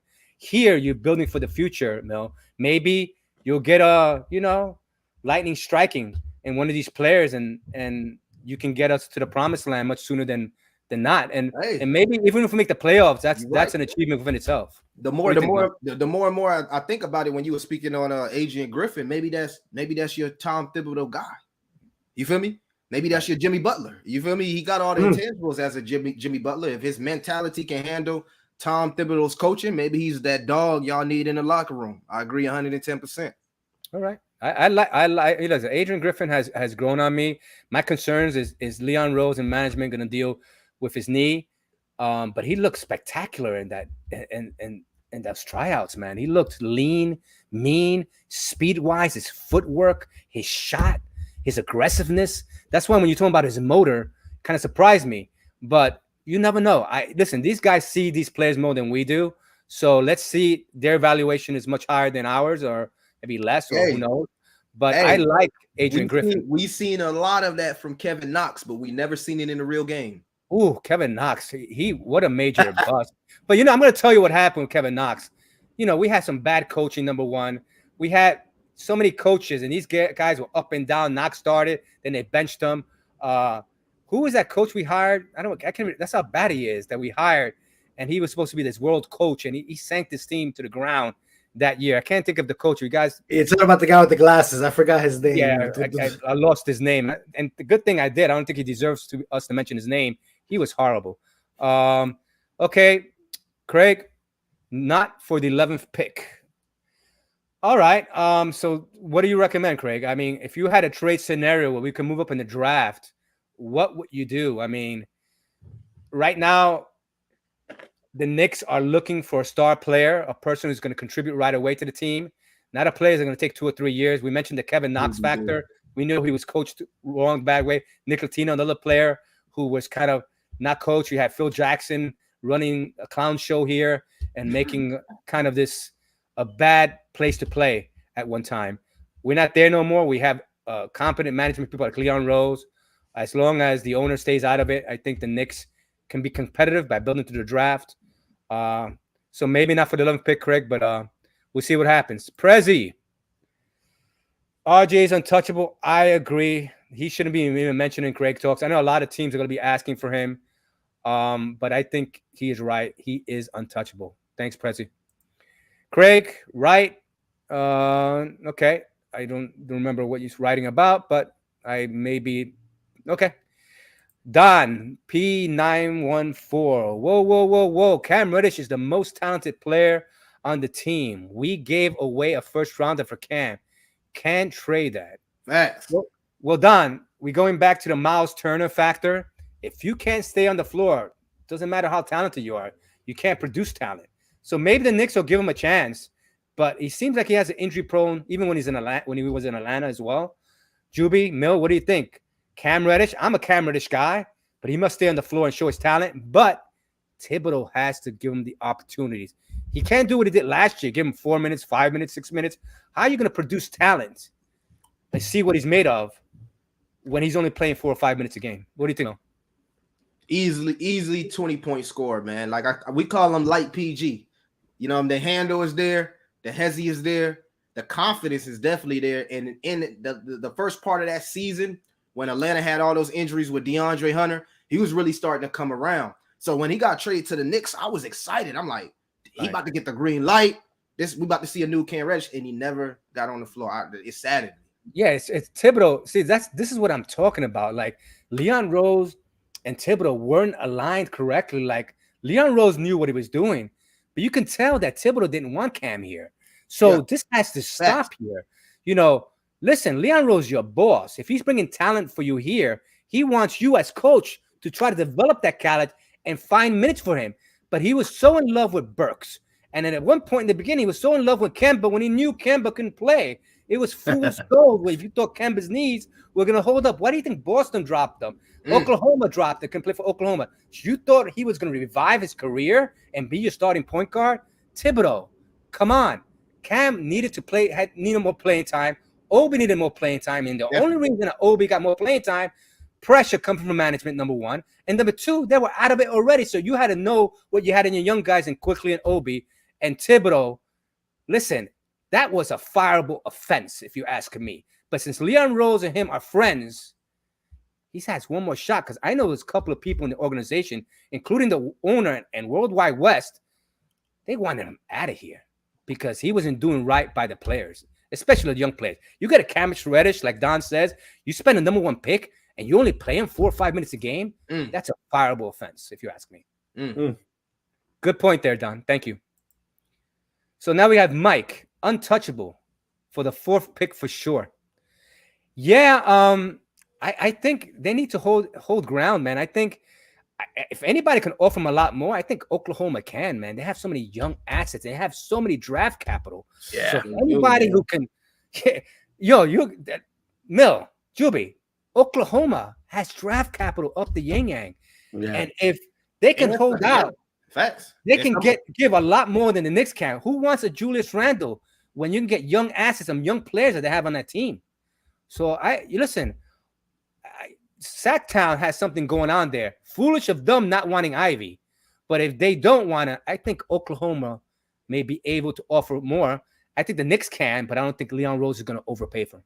So I think plan B, 7th pick, stay in the 11th pick. Hopefully we can get a Mathurin, Sohan, Branham, A.G. Griffin. That's what we have to hope for. If none of that kind of materializes for any end, hopefully someone good will drop on the 11th pick. What do you think, Juby and Mill? Listen, regardless of the fact whether we land, we're going to get somebody good. I honestly, I don't think they can drop the ball on this draft. I mean, it'll have to be an absurd pick of a guy that we never heard of from Istanbul that they draft, but that's the old Knicks. You know what I mean? So we're definitely going to get somebody that we can be excited about, regardless of the fact. It's just like you said, it's where we're going to stay. And are we going to stay at 11th? Are we going to go to 7th? Or are we going to go to 4th? As far as Cam Reddish, he made a good point. Cam Reddish, man, we gave up a first-round pick for him. Yeah, sure. In the minimal time that we saw him on the floor, the kid can play. We saw it. We saw flashes of him driving to the ball. You know, his jump shot was spotty, but he needed to get some playing time. Everybody was like that. And then like, the series against Atlanta, there were series that I saw him put the ball on the floor and take it to the hole and everything. Yeah. So I was excited, just like Mill was when we got Cam Reddish. It's just that Tom Thibodeau, with his infatuation with playing the veterans that he has, we didn't get too much of him. So I would like to see Cam Reddish minutes turn into Alex Burks minutes, in my opinion. And then we can see what we really got moving forward. Yeah, I agree. What do you think, Mel? I think Cam needs that time, man. I think Don made a good point about that. We gave up a number 1 pick, man. Yeah. We have to know what we have in him, but when you don't play him and then he gets injured, it makes Tom Thibodeau looks bad. And Nick Nation, let me know, is that a fireable offense in your eyes, not playing the young kids and play veteran? Do you trust Tom Thibodeau? Do you trust Tom Thibodeau running his team coming on? Can you teach old dogs new tricks? We spoke about this before. I don't know, man. I have my doubts about him. Johnny Bryant, I see him, man. He may take that Utah job, but if he doesn't, we're lucky. If he slips up next year, slide Johnny Bryant right there, because I think Johnny Bryant can take this team to the promised land. I agree with you, man. As far, I'm gonna say, if the Kings trying to give up that fourth pick, I think you guys should do what y'all need to do to get it, man. They didn't want Tyrese Halliburton. It's kind of clear that they don't want that made no sense to me. You feel me? Which is cool. They're in love with De'Aaron Fox. Fine. So the thing about it that kind of like makes it tough is, like you said, OKC, man. They got Trey, man. They got Dort. They got so many young talent on top of the assets that they can put together a better nice package. But if y'all do get that 4th pick and still manage to keep y'all pick, man, that's something y'all got to think about. Y'all got to think about, is we going with the future, or is we just going to put it all on the table? You feel me? I just feel like that's something to think about. And also, as far as coaching, if we talking developing young players, man, I think Mark Jackson deserves a chance, man. What he developed with Draymond and he developed Clay and Steph Curry, man, Mark Jackson will really do wonders with a young team in New York. Right. Yeah. You know, I'm glad you brought that up. There was a comment that I got from Tattoo Face. He's out from NYC. Shouts out to Tattoo Face. He made some great points about Mark Jackson. We went over what Mark Jackson has been blackballed because of his religious beliefs. Yes, sir. And he was preaching the word, which I find nothing wrong with that. But I think a lot of managing people get scared when you start speaking about religion and speaking stuff like that. You know, I have my beliefs and you have yours. Everybody has theirs. But I think maybe they thought that he was pushing his religion on people. So he got blackballed. I don't think he deserved that. And I think you're absolutely right. Mark Jackson, think about what we need most in his team, a point guard. If you can develop a point guard, where Mark Jackson was one of our best point guards for the Knicks. No, ex-Knicks develop that talent. Yeah, I agree with you, Mel. I think, what do you think, Juby? Mark Jackson to New York? 100%. Ex-Knick twice. Not just once, twice, and had success with them. And like he said, look what he did with the Warriors. Look what he did with Steph and Draymond and all these young guys, players that were still in development at that time and not the stars that they are today. He basically set that whole platform up for Steve Kerr. He basically said, Steve Kerr, here's a championship and go get it. That's exactly what he did. Because if it were not for Mark Jackson, there would be no Steph Curry. There would not be this team. That's kind of thing. He developed them 100%. Good point. Absolutely. So then Steph Curry comes in with an already coached team by Mark Jackson. I think he had 50 wins with that team. I mean, it was an incredible year. I think they got bumped out of the playoffs, but Kerr stepped in. He kind of just did a few changes. But if you would have gave Mark Jackson a chance, he would have won at least 2 or 3 championships, the same way Kerr did. Kerr stepped in already with the team built already. So think about that. That's disappointing to know that Mark Jackson had a lot to do with that team, and he gets no credit for it. Thank you, Juby, for bringing that good point. And Mike says that Reddish trade made no sense. Yeah, I think for Tom Thibodeau, it didn't make no sense. Leon Rose has a plan, obviously. I trust in that. But Don makes a good point. You traded number 1 for him and don't use him. Mike, give me your input on that. I mean, is it a fireable offense for Tom Thibodeau not playing the youth and not even using Cam Reddish, the time that, I mean, you just played Fournier more. I mean, I don't know. I know management were divided. Thank God like Leon Rose is the president, because if it would have been any other president, I think Tom Thibodeau would have been fired. That relationship between Leon Rose and Tom Thibodeau goes deep. And that's the only reason he still has a job with the Knicks. Good point there, Mike. We have another one from Mike. Reddish, far from untouchable. I agree. I think if you can get the player you want and move up the draft, I mean, it is a number 1 draft pick, like Don mentioned. So you're giving up a draft pick we gave up in that trade. So I think Reddish, I think he's a guy, if a team wants him, you have to say, no, not Reddish. You're going to have to trade him. But I like the things that we spoke with Millie about, bringing Zion and having RJ and Cam Reddish. It's a pipe dream that happening. And having the Duke products playing together, Mil, that would be something to watch here in Knick Nation. That's only if Zion stays off the Big Macs and stays conditioned. But yeah, man, that's a dream, man. That's a dream if you get Duke players playing here. But I think Leon Rose has a plan, and I agree with Mike. Reddish is far from untouchable. I think he could be traded at any time for the right, obviously, pick or player. I just think with the Kings pick, man, I don't think Randle gets it done, only because they already got Sabonis. I mean, they got Rashard Holmes. They got Sabonis. I don't think they really want Randle. I think you guys would have to give up. I know y'all hate to hear this, but RJ is going to be the nucleus. Everybody wants RJ. Anything big happen, and that's just is what it is. Well, I'll tell you something. If they trade RJ, I'll tell you this much. That little in Leon I trust on that $100 bill won't be too much. I'll be rubbing off that Leon off that $100 bill, number 1. And I think I may put back to the old paper bag over my head syndrome, because you trade Barrett, you're going backwards now. You have a silent assassin, a leader, a guy who is I'm sorry, go ahead. Do you think he takes the next step? I think so. I think point, you know what I'm saying, point per guy. You spoke about Butler. I think RJ is as close to a Butler player in the next couple of years than anybody else in that Knicks team.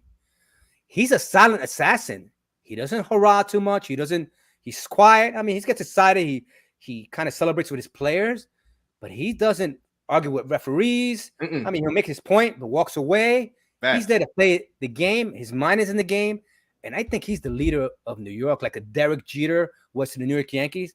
I think that's what RJ Barrett is to the New York Knicks. I agree. I seen it too much last year, man. The man hit too many big shots. Like, he was clutch baskets. He was real clutch last year. When y'all needed a go-to basket, RJ really stepped up. Yeah, I agree. What do you think, Jube? And it's not even the fact that he made those shots, is that he wanted to be in those situations. Like I always stress, guys, I've been stressing this for the 1 year anniversary today. You got to be built to play in this city. You got to have a certain swag. You got to be thick-skinned, and RJ Barrett 100% has that. Yes, sir. You see when he drives to the ball, he gets fouled, how he walks down and he does his little walk, and he has that like bulldog face, and he's raving.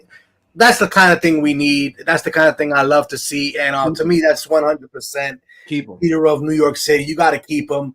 Unless you got to mess up, Mill, with that Donovan Mitchell straight for 1-for-1. If you get this 1-for-1 then I would sit there and say, it's not going to happen. Well, you got to look at it like, do you think RJ Barrett peak will outpeak Donovan Mitchell? I think RJ has more potential, and here's why. I think RJ is a better playmaker when he wants to be. He was actually the playmaker on Duke, if y'all remember. He was actually the guy that made things happen on Duke. When he got to the NBA, they tried to make him play off the ball. I really think he needs the ball. I think he could be a James Harden. He's left-handed. You feel me? If he works on his shot, he could be a type of guy that can give you 20 and a triple-double. He's big enough to get you 10 rebounds, and his playmaker skills is good enough to get 10 assists. You feel me? Just give him the ball. Put the ball in his hands and let him do his thing. I think he gets lost in the offense too much. That's my only issue with him. But I don't blame him. I blame Tom Thibodeau for that 100%. Randle, because of Randle being on the floor. Because of Randle, yeah. But you said it. You hit it right on the bullseye. He needs to be the focal point of the offense 100%. Because when he's not, you see the guy just get lost and he's just running around. And that's not the kind of player he needs. He needs to be involved 24/7 with that ball. Yeah, I agree. And the only thing I disagree with Mill is, I mean to interrupt, I think he's closer to Butler than he is to James Harden. I think Butler's all-around game, defensive clutchness, I think Barrett has that in his genes. I think this year you're going to see more of that once Randle is out. The key to this team is getting Randle and Burks out of here. Now you're going to see the leadership in Barrett, because as long as Randle is there, you know, Barrett's going to feel like the second-hand citizen there, feeling that Randle is still the man on this team. That's why it's so important that the Knicks management somehow, some way, get rid of Randle and Burks. If you do that, you're going to have some more playing time for the young kids. You're going to bring an enthusiastic kind of atmosphere in the team, a boost. And this team can surprise a lot of people depending on what they do in this draft and what Leon Rose does with Julius Randle and Alex Burks. If the Knicks still have Julius Randle, Alex Burks on this team, Juby Mill, this is going to be the same song. And I see Johnny Bryant dancing into that coach's seat soon, fast, because I don't think Tom Thibodeau is not going to play Burks. You're telling me that Burks is in your seat, on your lineup, or on the bench, and Randall's on your bench? You think you're not going to play these guys? Come on. That's a security blanket. He thinks he could win with these players. That's the illusion that Tom Thibodeau has. He feels that these veterans are going to take him to the promised land. I think, like you said, I think that window has closed. In 2 years ago was your best chance with that specific roster. You got to move Julius Randle. It's going to open the floor for RJ. Sure. It's going to open his game. And think about it. Obi Toppin doesn't need the ball. He can slash to the, you know what I'm saying, slash to the bucket. You'll see more alley hoops. He's more of a above the rim type of player, and he can hit the open shot.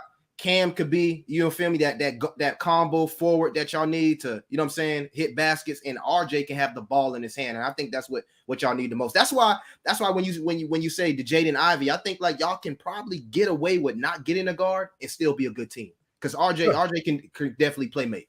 I agree. And the defense is something that Tom Thibodeau falls in love with.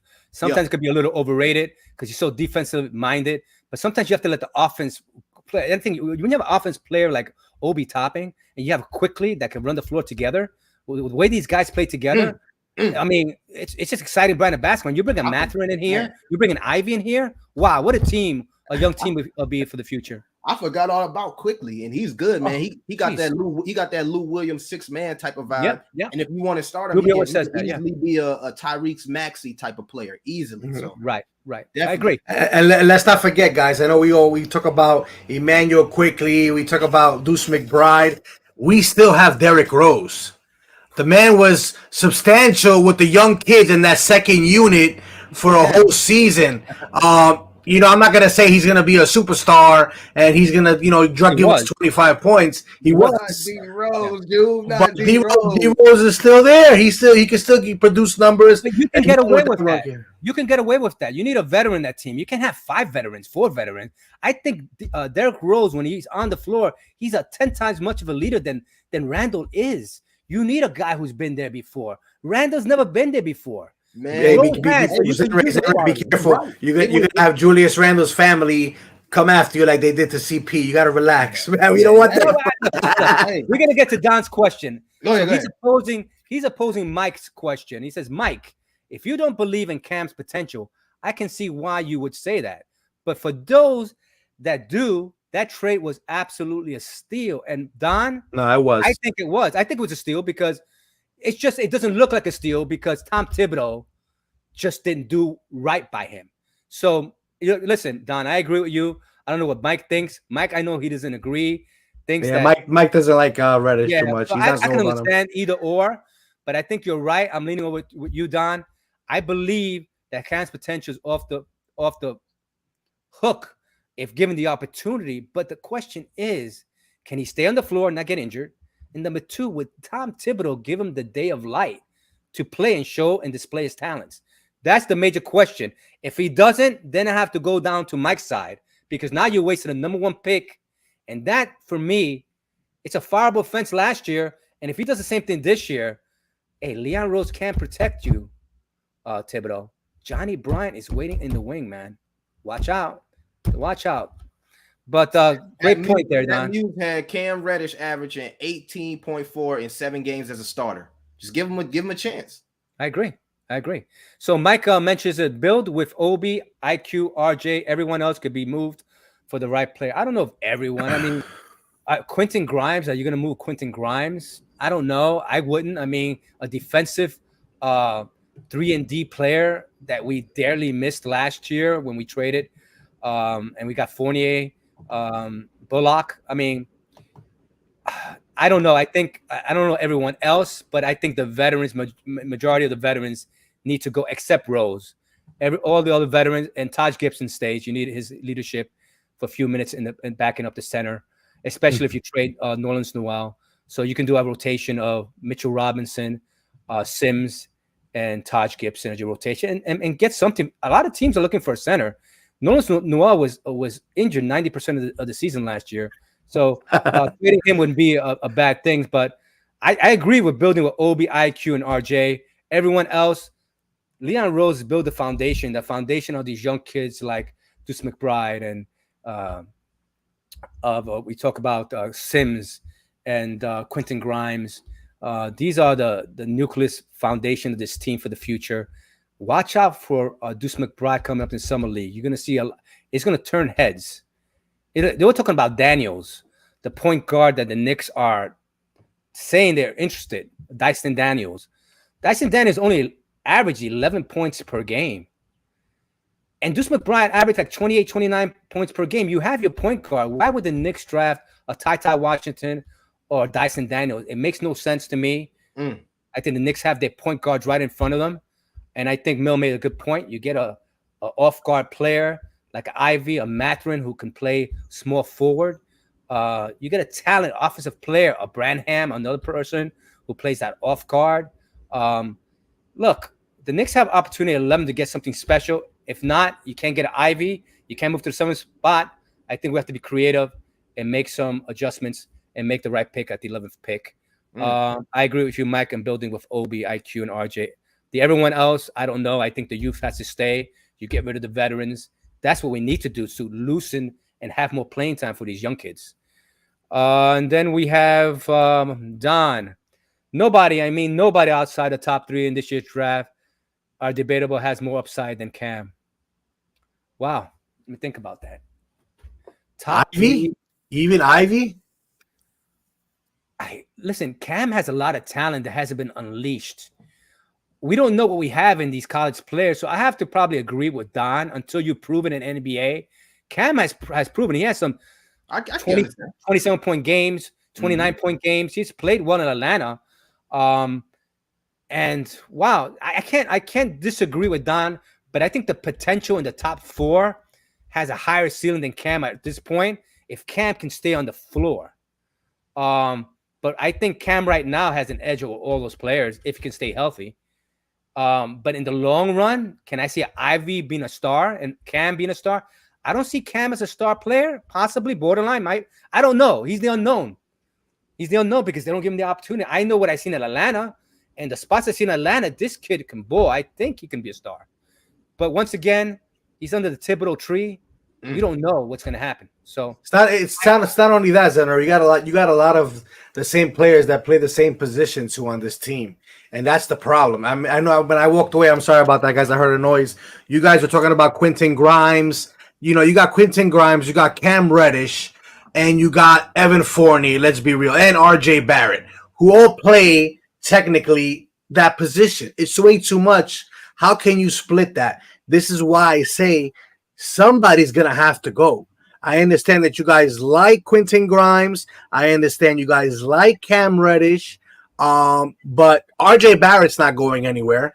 Evan Fournier's contract is $80 million for 4 years. That maybe somebody might be interested in him, but because of the money, I don't think it's movable yet. So it's going to have to be between Quentin Grimes and Cam Reddish to be moved to get something in return that we need, honestly. And I hate to say that, but it's just you have too much of the same players playing for the same position. Yeah. So Mike was saying, build in the draft. Build in the draft. Then that's what I'm saying. I say keep everybody. Keep Randle running back.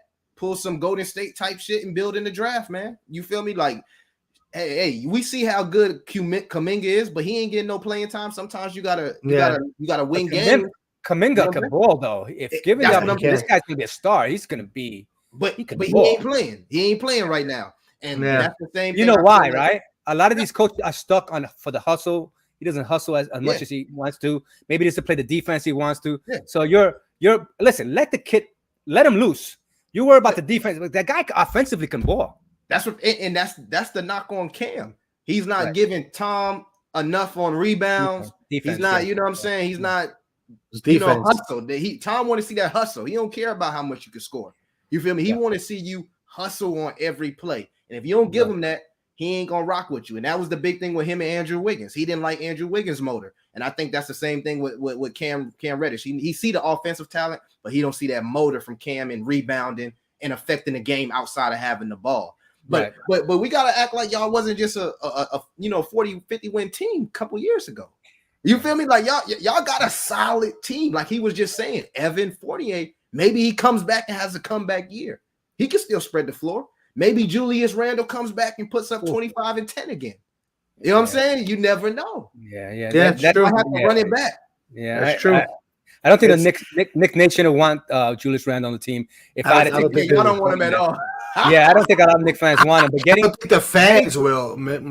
I think once Julius Randle goes 1 for 7 or gets into a technical foul, I think the fans are going to call for his head and they're going to start chanting Obi Toppin.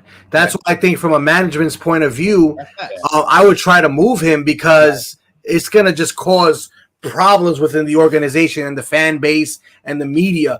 Cut ties with it. Forget about the talented aspect. The guy can ball, like Zenray said, and everybody says he drops 20 and 10. It's just a PR move to do would be to move Julius Randle before things are going to get chaotic. Because I'm telling you guys, when he has a 3-game streak of he can't score nothing, because we've seen it where he shoots 3 for 14, the Madison Square Garden fans are going to call for his head, and they're going to call for Tom Thibodeau's head 100%.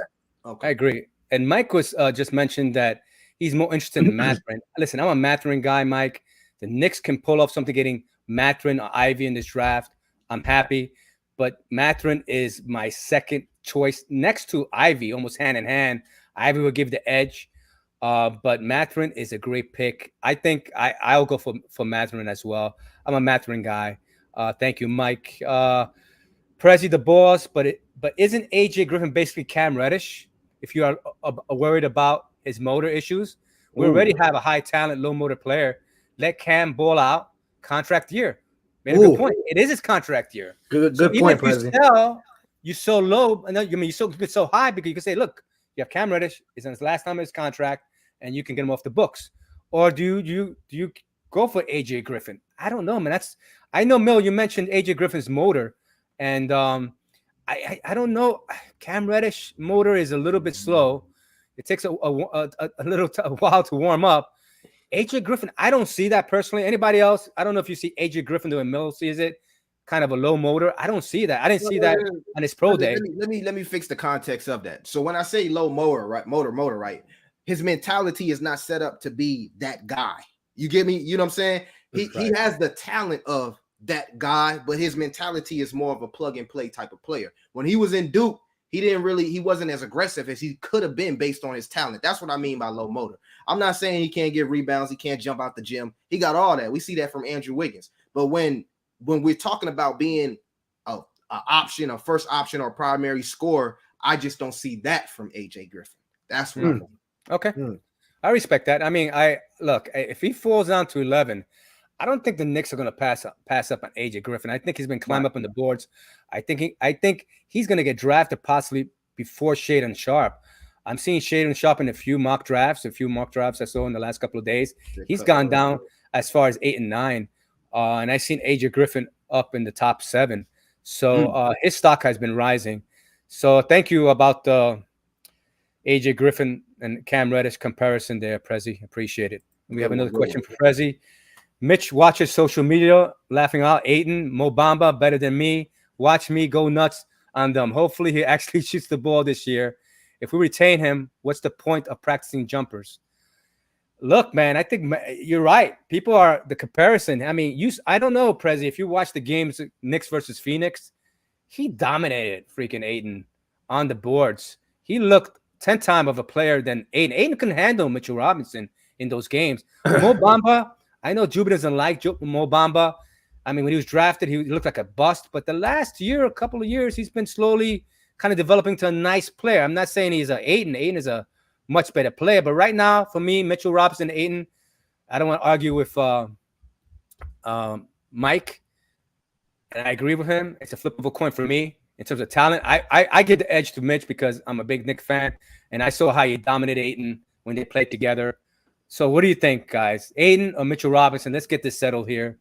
I mean, I think you said Ayton. I'm going with Ayton. Yeah, and Juby, I think you were leaning toward Ayton as well. No, I said for the right price, I'll stay with Mitch. But for the right price, if it's not the price is not right, they can both go, and I'll stay with Jericho Sims. And then we'll go after Mo Bamba as a backup. Since you guys like him so much, we can say Mo Bamba as a backup. And see, that's my thing. That's another player, Mo Bamba, for instance, that I feel like just never got an opportunity. He was playing behind Big Vooch, and then Wendell Carter came to Orlando. So he never got the opportunity to really shine. I know for sure Mo Bamba can give y'all more than Noel. And he can hit the jump shot. Sure. You feel me? He can hit the three. I remember watching Mo Bamba, and he had like 7 threes in the first half. This is a center we're talking about. Yeah. 7 threes in the first half. It just doesn't happen consistently, but he is capable of shooting the three. Yeah. If given the opportunity, I agree with you. He's not been given the opportunity. So let's see what happens, man. I think I stick with Mitch. Backup Ayton, Mo Bamba is not a bad deal as well. Thank you, Prezi.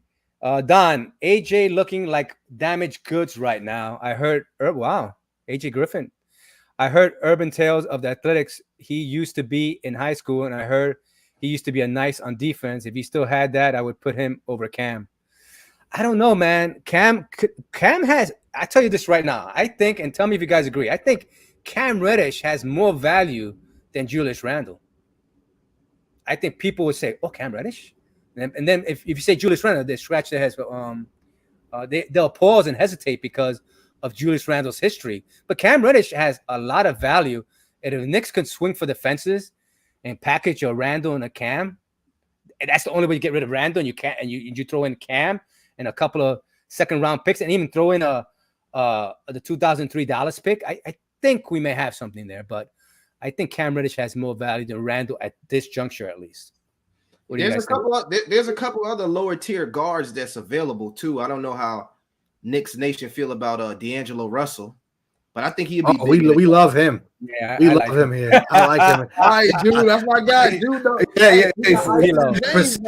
When Brooklyn cut ties with him, I was like, "Yo, please bring him over here. The kid can ball. I wanted him since his Laker days. I wanted him over here. The kid can play. It's just works out for the Julius Randle D'Lo swap. You feel me? Y'all were interested. Right. I hear Minnesota is really trying to break that little trio because Edwards is the guy over there now. So I think like D'Lo would shine in New York, man. He's one of those guys that hit big shots, can ball handle, can play. And he passes the block. I was just about to say he showed that if he gets to be the third option, he will be the third option. Yep. So I like that. Yeah, I like that. So let's get back to we talked about AJ Prezi. Speaking of a Bamba, if Mitch walks, we need to sign Bamba after Orlando declines his team option. I think that's a possibility. I think that could happen. I think that's why I mentioned Mo Bamba a lot, because I think Mo Bamba is more realistic than Ayton at this juncture, because you have to trade assets to get AJ. And let's see what happens. I don't know. Mitchell Robinson right now, a lot of people think he may not sign. I don't know, man. I see it the other way around. But for any reason you don't sign Mitchell Robinson, that could be a fireable offense. You better get something back for him. I'll just say you know what everybody's issue is with Mitch is that Mitch is wearing the Knicks gear, showing up in New York City, showing based on clothes that he wants to be here. But when they ask him, "Do you want to be here?" You know what he says? "Talk to my agent." Because he wants the bag, Juby. Of course, and me personally, as a Knicks fan, all right, forget about the money and the politics behind this. As a Knicks fan, you want somebody who loves to be in this city, who wants to play here, who bleeds to play here, not somebody who just wants to make who wants to make some money and just says, "You know what? I'll be here if they pay me. If not, I'll go over to Detroit where they're going to give me $130 million." That's no loyalty. We don't need people like that. And that's why I say if Mitchell Robinson wants to walk because the money is better over there, have a great day. And thanks for everything. That's my opinion. It wouldn't bother me because we didn't draft him, but we better get something back. A talent like that, if we don't get anything we did draft Mitchell Robinson. No, we drafted him, but this Leon Rose and his crew. Oh yeah, he's not part of the Leon Rose regime. Yeah. Saying that if you don't sign him, Leon Rose, I trust. I know he'll get some value back for him. But I think, thanks, Prezi. That's a great point. But Mike makes a good point as well. Bamba will be a lot cheaper than Mitch and is good as a backup option. I like that. I like that. But if you lose Mitch, who's going to be your starting center? It would have to be Mamba, or are you going to put Sims out there? See, that's the question. Or do we keep Nerlens Noel? He starts. Bamba can be the backup, and then Sims can be that option as well. Did you not see how Sims looks this summer? The guy looks great. The guy looked like he put on like 40 pounds of just straight muscle. I don't know where this guy's been eating at. I think he's been hitting all the Italian restaurants in New York City and putting a number of muscle and pasta in him because the guy just looks broad. He has I wish I had the picture up to show you guys with him and Julius Randle posing. Jericho Sims, man, he put on some muscle. And in his limited time of playing as a reserve, I would have no problem if he was to step into that center position and take over as a starting center because we don't need him to drop 20. We don't need him to drop. He can drop us 7 points and get us 10 rebounds or 9 rebounds and 1 block, and that's good enough for me. All right, guys, listen, I don't want to interrupt, but we're going on 2 hours, so we're going to need to cut this short. And go through those I know we're having a good time here, and everybody has a lot of questions all night, baby. Let's get it. I'm gonna finish off all the questions. I just want to say that right now, our 1-year anniversary, we're giving Zenray shirt with the logo and the hat. So far, it's between Prezi, the boss, and Mike. Don is coming a little strong. Mike and Prezi, the boss, are the 2 guys who've been asking a lot of good questions down to the neck. Don, you need to pull your weight a little bit more to win that prize, but I love you, man. I might just throw you because you're a good guy. But right now for that prize, it's between for the cap, logo, and shirt. It's between Mike and Prezi, the boss. So we're going to finish off the questions here. The next one is from Prezi, the boss. We got D Mitch equals Melo 2.0. Yeah, I agree. You're talking about Donovan Mitchell equals. Yeah, I agree with that. I mean, you can't go there. As much as we want him, if you go there, Danny Ainge is gonna rape you, and he's gonna take all your assets. Something that Leon Rose started building for the last couple of years. Let's keep the foundation going. So, Prezi, I agree with you with that. And let's go to the next question here. We got. We all know Danny Ainge wants blood. Yeah, we just mentioned that all over our studs and draft picks. Yes, Prezi. That's the reason you can't negotiate with, Danny Ainge, because he's going to ask for the house, the dog, and your wife if you had the opportunity. So here we go. We got Don. We are plugging D Mitchell at the number 1 or number 2. He's a dude who's looking to score first and pass second. He doesn't have that vision. And on the other hand, he is too undersized defending opposing. Yeah, if you look at what but he is a talent. I mean, regardless of his size. But if you look at what Tom Thibodeau, we go to Tom Thibodeau, he likes his tall, big guards there.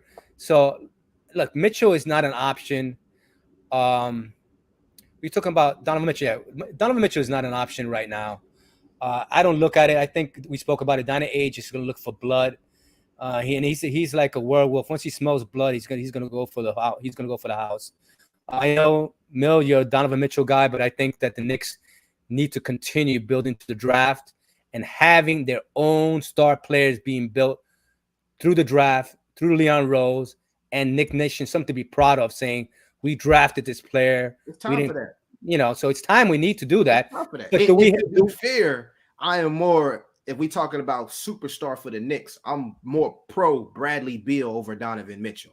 I like the fact that Bradley Beal can do much more without having the ball in his hand. So y'all can still get the point guard y'all love, and y'all got the shooter. So if I'm more Bradley Beal than Donovan Mitchell, but I wouldn't be mad if y'all did get deep. But think about Bradley Beal. Like if the Knicks were a player, 2 players, maybe 3 players away from a championship, if we made the second round or you made the first round, you have promise for the second round, then a Bradley Beal will make sense. But when you have a team constituted with the youth, what is a Bradley Beal really going to do for this team? win a few more games. Hey, you know what I'm saying? I'm not disagreeing with you, but when I'm playing, devil's antagonist here. You feel me? So I'm just looking at it as what I've seen over the years. I know you've stressed that New York has new management, but what I've seen over the years is y'all went after the Jamal Crawfords, the Steve Francis. Y'all went after the Carmelo Anthony's. You feel me? Y'all been known to go after big name players to fill the seats. So if we still, going off what history says, that's all I'm saying. But I'm not opposed to what you're saying. I think that it's time for y'all to breed a New York homebred superstar. I agree. I think trying to get somebody else's star is something watered down already. I think all the teams are trying to do that. I think the Knicks are trying to do what the Celtics did. The Knicks are trying to do what Memphis did. Look what Memphis, Grizzlies, the talent they have from 1 through 10. It's amazing. They did it through the draft. The Celtics, wow, they got to the finals. Wow, because they built it through the draft, and they added a veteran player like Hartford there. Yeah. Look, you need to add a veteran here and there to kind of stabilize a team. A Beal would be great, yes, when you stabilize a team and you have a team already making a run. Yeah, but the Knicks are not there yet. They need another year or two to do that. So Bradley Beal for me would make sense. I don't think Leon Rose would do it. I would love to have Bradley Beal. Don't get me wrong, but I don't think Leon Rose. That's in his map right now. We're not ready for that. We're not ready for those big time players. And Mitchell, Donovan Mitchell and Beals, you have to give a lot to get them anyway. Definitely. So that's another thing. You have to give assets to the foundation that we already built. We're already giving these assets away. So I think Leon Rose, I trust. I continue saying that. And Mike, good. Thank you, Don. By the way, Mike says F the Nets. I think Juby and I love that. Because Mike, I think Mike just got he just made it closer to get that gift tonight. I think he won it already with that comment, man. That's that comment. We don't like the New Jersey Nets. Right. See, we don't call them Brooklyn because we love Brooklyn. They're still New Jersey. We love Brooklyn. They're from New Jersey. I love me some Kyrie. Politics aside, Kyrie's a great basketball player. He still is. There's a couple of players I like. I just can't. There's only one New York team, and that's the Knicks. That's it. Y'all know y'all would have loved if KD and Kyrie went there. Oh, we got not KD. I never wanted KD. We got left at the altar, man. We got left at the altar. You know that, Juby. I already felt that heartbreak from when LeBron James did it to me. Right. So I was still recovering from that. So I already knew Kevin Durant was going to do that to us anyway. But Juby and Mil, you have to understand, we were at the altar. We were ready to say I do's. And we're looking around and we see on a TV show, a news broadcast that comes in front of us that Durant and Kyrie Irving is signing a contract with Brooklyn or New Jersey. Let's say that. Worst mistake. If they really cared about their legacies, they would have went to Madison Square Garden. New York. Yes, I agree. That right there is what I don't like about KD mentality. He don't want the pressure. Yeah, exactly. He's not made. He's clutch as hell, but he don't want that media pressure. He gonna be responding to everybody in the crowd and all that. He just don't want it, man. Okay, we got another from Mike. Don, you don't want Mitch? Ha ha ha. I think Don wants Mitch. I think Don wants the best player available. But I think Don's thing is, I'm not speaking for Don either, but I think Don is saying, I don't think Mitch wants to be here. That's his thing. And I think the more and more days you see pass by and you see Mitch making comments like talk to my agent, I don't think his heart is here. He's going for the money. And I don't blame him. He's playing 4 years, getting played like this absurd low contract. So he's going for the bag. So the highest team, the highest bidder is going to get Mitchell Robinson. I just hope and pray Leon Rose gets something in return. So hold on, man. What about the flip side of that? What about the Randle for Gobert talk? Rudy Gobert? I just found out from someone last week. I forgot the guy's name. Was it John? John was saying he makes between $42 and $44 million a year. Facts. Why would the Knicks incur that type of contract? Go Mo Bamba. You go cheap on Mo Bamba. And you have a decent center. If you can afford Satan and trade some assets it's not going to affect you in the lineups and get Aiden maybe for a 2023 pick and some second rounders and maybe a Burks or something like that, then you'll get an Aiden. But Mo Bamba is the cheapest out of all. Facts. You don't want to touch Rudy Gobert. $44 million a year for him. Yeah, oh, he don't even spread his flow. It makes me feel good for me taking that money, but it's going to top a lot of our cap space. But Don, I appreciate that. Mike, I appreciate that comment for Don. Maybe he can answer that. So Prezi the boss at Don, PU914, since he's an undersized shooting guard, the one, but to your point, he is not a point. We need to get some of Chris Paul's blood and clone him. We need to open up the floor for RJ, Q, Cam, and Obi. I agree, man. We need a point guard. We talk about D'Lo. He's a guy who can pass the ball, open the floor, and he's a threat. He can shoot the ball. Yeah. Even though 3-point range numbers were low last year, went down to 38. But from the floor, he was shooting over 40%. So D'Lo, and he had a Coach Finch. He had a problem with Coach Finch was playing him at the 2. He wanted to play the point, so they had a lot of issues there. So they have to trade D'Lo. D'Lo has to go somewhere because he's not going to be playing for them. Because when you're on the doghouse with the coach, you're not going to last there. He has 1 year left on a $30 million contract he has. So Prezi, that's a good point toward Don. Thank you. Can't let Thunder do that. Can't let the we can't let the Thunder do that. We can't let Thunder outbid us. But look, man, we're not gonna play a bidding war for Ivy, and I think they have more assets they may want. And I think, look, Sac-Town is not as dumb as we think. Maybe I think not picking Ivy is dumb, but I think if they can get the best kind of package for their team, I think they may outbid us because I don't think Leon Rose is going to go into a bidding war. Good point, Mike. Don, nope. Will he be the best of the team? Absolutely. Will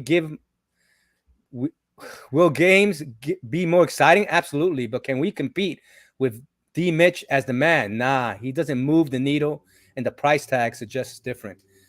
I agree, man. I think Don, we've spoken about this in the past, man. We need to build with the foundation, the Matrans, the Sohans, the young kids of the future. I know Millie thinks differently, but he understands why the Knicks should do that. We don't want to go, Scott Layton days where we traded 5 people for 1 player, and then we have the owner coming in, Carmelo Anthony, and getting involved in trading 5 players. It didn't make no sense. I think Leon Rose wants no part of that. I think he wants to build our superstars internally, and I do respect that from Leon Rose. Facts. Scooby-Doo. Scooby-Doo, how are you doing? The Kings are taking offers for the 4th pick, but Randle isn't it. Maybe a 3-way with Atlanta, sending Collins to Sac. Randle to Atlanta gives us the 11th, and you can have 4 and another player.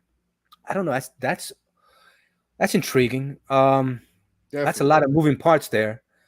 Look, if we can pull off something getting Randle out of here, I would do it. That's something Leon Rose would do. All these moving parts here. I like Scooby. He's thinking out of the box, man. This is good, man.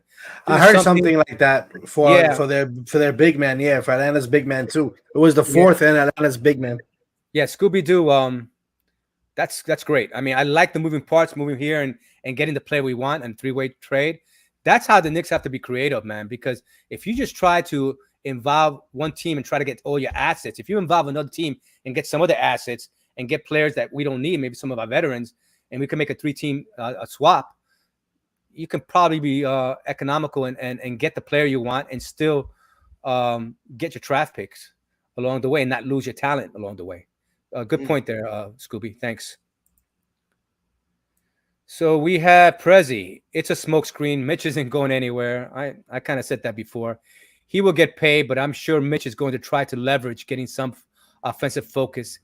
Can I get a player where I can shoot? I agree, man. Laughing out loud. I agree, man. I think Mitch is saying, okay, I'm going to sign with you guys, but am I going to get the ball? Am I just going to be a defensive specialist? I want to do my thing. I want to shoot. If he can shoot the ball, what we've seen in videos from 3 and space up for the floor, I think Mitchell Robinson can be very, very special. Let's go through quickly here because Mike, again, Tibbs got to go. Yes, I agree. Johnny Bryant, man. What do you guys think of Johnny Bryant? Blending in with the young players. He's already coaching them. I think that's the way to go. I love Mark Jackson. Don't get me wrong. But Johnny Bryant has been in the system. Yeah. Let's go Johnny Bryant, man. Don, RJ is the most comfortable on the ball. If we are talking about having another ball dominant player on the team, he has to be a playmaker that looks like Stephon Marbury, Jamal Crawford problem. Yeah, that's why D'Lo intrigues me. I don't think he's a ball hog like you said Julius Randle could be. I think he distributes the ball. He likes passing the ball. You leave him open, he's going to kill you with the outside shot. We need a threat from the outside that people are going to be fearful of us shooting the ball where you can open up the floor with Mitch or maybe a point guard like D'Lo. So I think Mill and Julie make good points about getting a point guard that can stretch the floor. And I think D'Lo is the answer at that aspect. But what do we have to give? And that's the question. That's the bottom line. Prezi the boss. At this point, how can we get tips at the moment? Atkinson is now the Hornets coach. Unless Johnny Bryant is the second coming of Iman Udake. I can't pronounce his name. That's the Boston coach.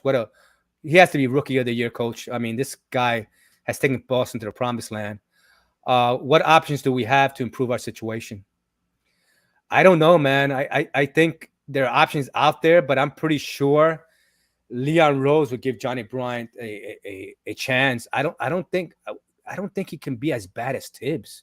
He'll let the players play.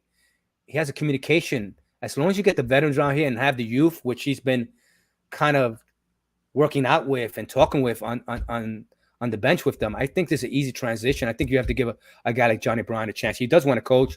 I can see him going to Utah with his friend Donovan Mitchell, but he has no experience, obviously. So you may be right, President. What other options we have? I don't know. I don't have any players. Atkinson, I think, got hired. I think Juby was saying. Yeah. So Mark Jackson, would you want a Mark Jackson here? He hasn't coached in a while. I don't know. I would love to have a Mark Jackson, but I don't know. I wouldn't know what the options are. I would give Mark Jackson definitely a chance. He created that Golden State team that now is this championship team that Steve Kerr is running. So let's see what happens. That's a good point. As long as we reach out to David Fizdale, Zenray. That's who the guy's name. David Fizdale. We don't want him. Now the question is, if you have to give the clown show act to who would you give it to? Judge, the ex-Giant, or would you give it to I don't want to mention your friend's name of the Knicks. Who would you give the clown show act to? David Fizdale, you talking about? Or Joe Judge from the Giants when he was the Giants? Who gets the clown show award? I would give it. That's tough, man. That's a flip of a coin. But Fizdale, man, that was horrible. Yeah. I think at least Judge had one good season. Fizdale couldn't get no one. I mean, he destroyed Nicolatina. He destroyed the guy we just traded to Atlanta. I can't think of his name. Knox. Kurt Rambis was pretty bad too. Just throwing that out there. Yeah. Okay. But anyway, so, President, you make a good point on that. Mike, funny how these things fans want half of a team for a huge unknown. Yeah, you make a good point, Mike. You make a good point there. Don, too much of a risk. Yeah, it could be a risk. The only thing is Leon Rose is taking a risk bringing on Tom Thibodeau back. I don't like it, especially if we keep these veterans. It just spells disaster. We have Mike Thunders will rip off the Kings. Ha ha ha. I think they will, man. Don says Chet may work out in this league, but I wouldn't touch him. I agree with you, man. He's too fragile looking guy. I could be wrong. It could be the next all-world player, like Mill says, shooting from the outside and has a talent. But, man, if he doesn't get some weight, man, I don't think he can take a full 82-game season in NBA, man. I don't think it's going to happen. He'll get injured somehow, some way. Scooby-Doo, all I want is Collins and the 11th, and you can have the 4th and Holmes. Collins. All you want is Collins? Are you talking about Collins from Atlanta? And the 11th? You'll get the 4th and Holmes. Okay. I'll have to analyze that one. I don't know. If we get the 4th and Holmes, I'm with it. And all you want is Collins and the 11th? What do we have to give up to get Collins, though? He's saying the 4th and Holmes. You get 4th and Holmes. Atlanta, right? Yeah, what do you have to give? So, is Randle involved in that trade? Is Burks involved in that trade? Elaborate a little more, Scooby. I like the fact that we can have the 4th and Holmes. I don't know. That's debatable, man. I don't know, man. It's a lot of good stuff going on here, man. It's you guys are great, man.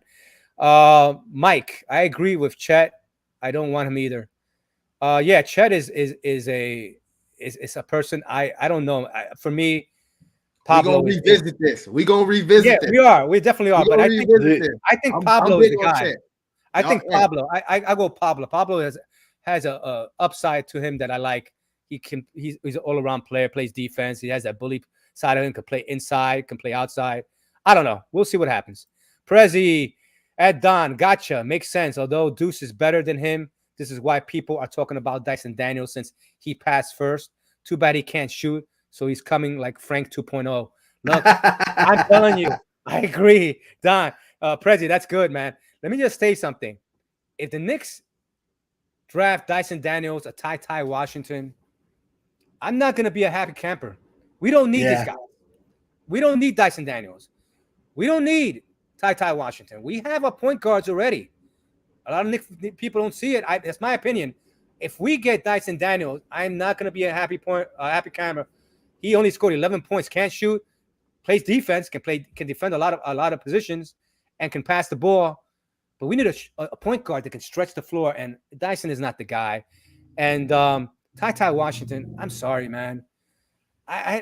Please, I don't want to even talk about these guys. The Knicks should not visit those two guys at all. What do you think, quickly, Millie?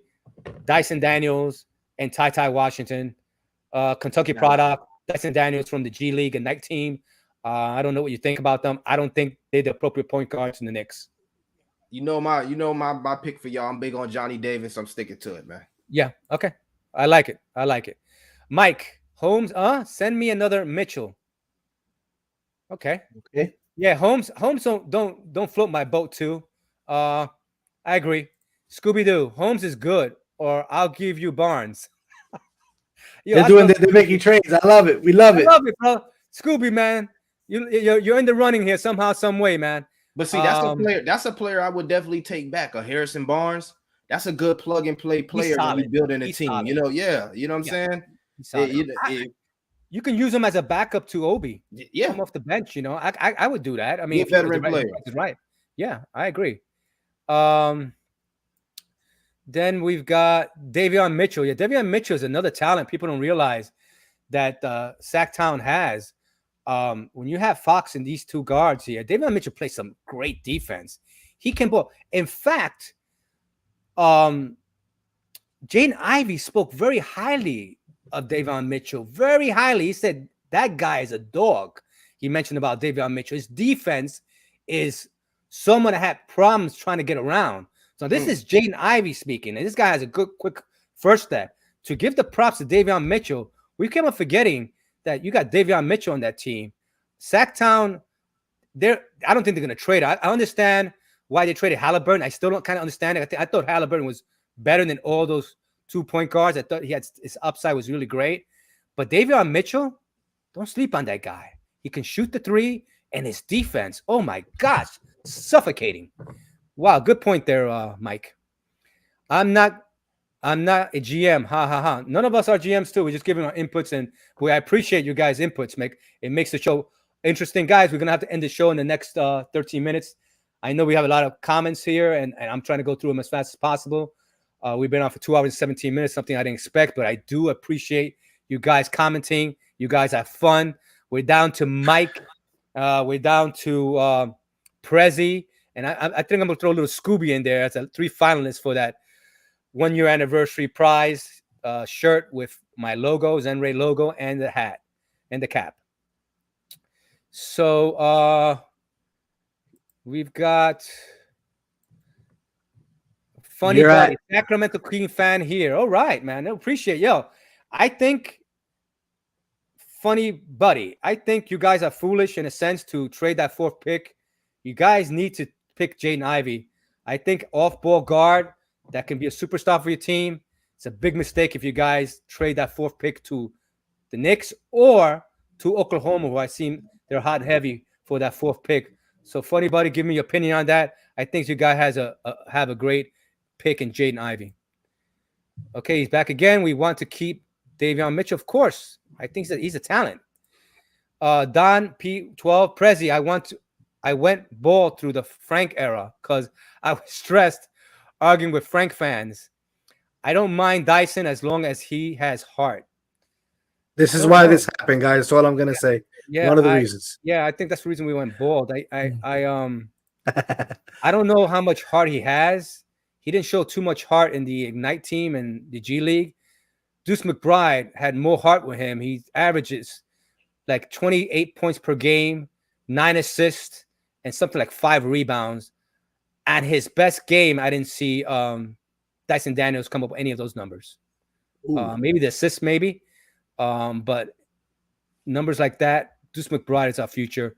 We don't need a Dyson Daniels. I agree and disagree with Don a lot. He has a lot of good points that I may disagree with, and vice versa.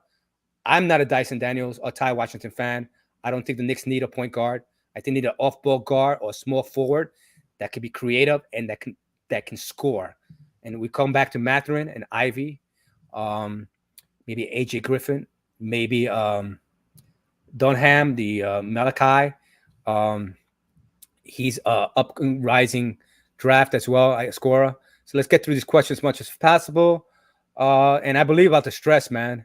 He has heart. I don't know. It's a lot to be seen yet how much heart does Dyson Daniels has. Thanks, Don. Scooby-Doo, no. Mitchell, I'll give Terrence Davis, which he's a dog. Yeah, Terrence is a dog, but I don't think the Knicks are gonna do that, man. I think even I don't know. We'll get back to that, Scooby-Doo. Mike, I don't know what you're betting, but don't bet the farm, man, because we got Tom Thibodeau coaching the Knicks. Mike, not the GM. Mitchell, haha. Okay. I don't want Mitchell here as well, man. I'm just gonna cost us too much. We want your pick and Randle and some power forward. You have Knox? No, we don't have Knox no more. Knox is gone, man. Funny buddy is a funny buddy. He's from Sacramento. Yeah. So that's what he's saying. Yeah. Okay. Yeah, we'll give you the 4th pick. We'll Randle, and we'll give you a Cam Reddish, man. I don't know if you guys are gonna go for that. I think Oklahoma probably can offer you a better package. I can see Oklahoma sneaking in. I don't think Leon Rose is gonna go through a bidding war. Mike says I would stay away from both of these Pacers. I agree. Me too. We spoke about that. Miles Turner, I know Mill loves him, but obviously he has to be on the floor to show that talent. Very talented, but Brogdon and Miles Turner, no go for me. Funny buddy, Scooby-Doo, you're a Sacramento King fan? I don't think he is. He may be. But he comes with good negotiations, man. He's got some. Oh no, he is from Sac. He is from Sac. I'm in Sac. Yes. Oh, he is. I'm reading ahead. Yeah, he is. He is. Okay, I would rather have the unicorn back than Turner. Oh, come on, Mike. The unicorn. Porzingis. No, we don't want him and his brother in New York. At least for me. What do you guys think? Porzingis in New York, guys? No. He's doing good in Washington, man. Let him stay. Let him stay there. Scooby-Doo, I'm in Sac. Yes. Oh wow, we got 2 Sac-Towns. I appreciate you guys, and I love Scooby-Doo. I grew up with Scooby-Doo.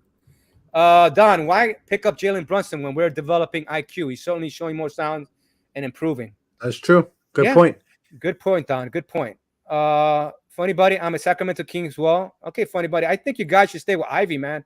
That's my consensus. I don't know why you want to trade that 4th pick. You have a rising star in your hands. I don't know why you guys don't think highly of Ivy. I still don't understand that. And I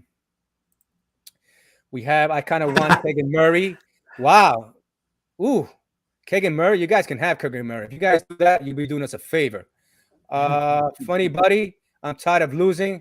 Guys, hey, funny buddy, join the ship here. We're tired of losing too. We've been losing for so many years. Ain't funny. We had 1 year celebration with Randle having a big year, and after that, the Knicks going south this year. So I feel your pain. Funny buddy, what pick does the Knicks have? They have the 11th pick. Mike made a good point. Mike has 11th pick. Funny buddy, dumb McNair saves us in the draft. I don't know who McNair is, but look at that. Funny buddy. Thanks, Mike. I'm trying to help the Knicks get the 4th. Knicks fans are nice. They kick ass in the playoffs last year. Not last year, the year before. They didn't kick ass because we lost the 1st round to Trae Young. So we didn't kick ass in the playoffs a long time. I think back when Melo was here. Melo and Jeremy Lin, J.R. Smith. Okay, Mike is saying thumbs up. Don, Toronto Raptors fan, appreciate fire about Toronto stopping him. But okay, listen, I'll take a Brunson, man. Very similar player to Fred VanVleet. I see what he was saying. Yeah. I if I had a choice between them, I'll take Brunson, man. I think he's younger and he has a higher upside. I mean, he can score when he needs to, and when he passes the ball, he can make other players better. He doesn't need to score. That's the beauty about Brunson, and he can have the keys to the city. Wow, that's something. I like Brunson. Okay, then we have Funny Buddy. We have Scooby. Yeah. Wow, we have so many questions here. This is a good thing, guys. Prezi, the boss, Don 914. Hopefully, but I want to develop IQ and Deuce. Hey, Prezi, I agree with you. IQ needs to play with his heads up, but he's arrogant enough to believe in his the best player on the floor. Just score and pass to you, bro. I agree with you, man. Prezi, his arrogance. He has this arrogance, but a confident arrogance that he can play. And when him and Obi get together on the floor, it's something special in the making, guys. Funny Buddy, Scooby-Doo, Dyson Daniels, Knicks can draft. No, we don't want no part we don't want him. Daniels. We want no part of Dyson Daniels. Scooby, you guys can have him if you want. You guys can draft them and let Ivy fall to us. I doubt that happened. If you guys don't draft Ivy, you guys are gonna regret it. I like you guys in Sac-Town, man. Draft Ivy, man. I don't know. Have no reasons why you don't want to do it. Funny Buddy, dumb no more. Yeah, you're not dumb no more. Jaden Ivey is in your hands. Draft him, and you'll see what you're gonna get out of that. You're gonna have a star in your hands. Prezi, the boss. Deucey was the best in the G League. Why draft someone score less than Deuce for an extra 6 inches? Yeah, I think Deuce is the guy, man. He's small. He's not a Thibodeau type guard in terms of his height, but the kid can ball. Watch him in the summer league, guys. Prezi, watch this kid in the summer league. You're gonna see this kid is gonna ball. He's gonna score 20 plus points a game. Watch him, and it plays a great defense, by the way. Funny Buddy, there's behind the chat, with the chat. Okay, Don. Yeah. Agree with Prezi. We've never been on true development. This opportunity to do it now. I hope the front office sticks to do it this time. I agree, Don. I agree. We have to stick to our guns and build with the youth. Okay, we're trying to get through this fast. Scooby-Doo, the Kings have made stupid moves for a long time, but I think they have it covered now. Yeah, I think having the 4th pick, if you get some nice assets from Oklahoma, or you make that pick with Jaden Ivey, man, I think you're back on the map, man. You're back on the map. Montclair, we trust Scooby-Doo, right? I don't know what Montclair is. Is that a town where you live at? Is that a player? Not aware of it. Scooby-Doo, he's better than the last few GMs. Oh, that's your GM. Okay. I should be up on my Sac-Town news here. You guys are awesome, Sac-Town, by the way. Funny Buddy, damn, there's behind the chat. Okay, Funny Buddy. Yep, Scooby-Doo, Mike, Davis, and Duran. Okay. I like it. Duran is a player, a center that any team draft. The upside on this kid is incredible, man. And Davis, Johnny Davis, you know that Millie loves Johnny Davis. I'm a Johnny Davis guy as well. But if you can get a Johnny Davis and Duran in the same draft, that's a good wow, you pull a home run in the draft, man. I'll tell you that much. Facts. Good point there, Mike. Duran is going to be a hell of a center, man. I think he has more upside than Williams. I'm a Duran guy. Funny Buddy, Mike makes it up behind the Y. Mike, is it me or are they behind the Y? He's talking about the chat that we're behind. Yeah, we're behind because we have so many. I'm sorry, guys. Yeah, we're trying to catch. We're moving. Keep going. We're moving as much as possible. Randall, we'll skip to. Give us toppings and Randall for the 4th pick. Ooh. Look, man, we'll give you Randall, man. Topping is a game, man. Scott Perry. Nah, Scott Perry does not make the decision. If it was up to Scott Perry will make that trade. Leon Rose runs the ship here. You're not going to get Obi and Randall for the 4th pick. If it was Scott Perry, you guys, that's Dumb and Dumber. I think he'll probably end up, making that move. Scooby-Doo, not Randall. Give us Cam, the 11th, and Collins, so the Knicks can have a deal with the Hawks, and we can. I like that. Hey, Scooby's coming up with some good stuff, man. Thanks. I like Scooby stuff. Funny Buddy, give us Kevin Knox. Kevin Knox is not with the Knicks. He's with Atlanta. You have to get Cam Reddish. Kevin Knox, man, I love him, man, but the Knicks destroyed his career, man. The old regime, at least. Funny buddy, I don't feel you live far. Okay. You guys can change address information if you like. I don't know when the next time we're gonna visit Sac-Town. Maybe one day we will, man. Scooby-Doo, Kevin isn't on the Knicks anymore, right? Though you traded him for ham sandwich. We did, man. And don't forget the pack of Skittles, man. That's what we traded him for. Good point there, Scooby. Don 914. Joel Embiid was injured in his first 2 years of the league. Can you imagine the Knicks fans by getting Embiid's third year? I can see it now. Get him out of here. Oh, that's a question. Would you take a chance on Embiid, man? They had patience. I'm not gonna touch upon that too much because I know we got to move along. Yeah. Philly had patience with Embiid. New Yorkers wouldn't be able to wait 3 years for a player to get healthy. Yeah. Prezi the boss, and in Cam's contract year, he's going to ball out as long as he stays on the floor. I agree. Cam, Millie, and myself and Jube agree. Cam plays, gets playing time, doesn't get injured. I think he and RJ can ball on the floor with Obi Topping and the rest of the crew. Scooby, I wish you guys well. The fourth pick is there. Get creative. Randle won't do it, though. I agree, man. Point. I agree with you, Scooby-Doo. I don't think nobody wants Randle at this juncture, man.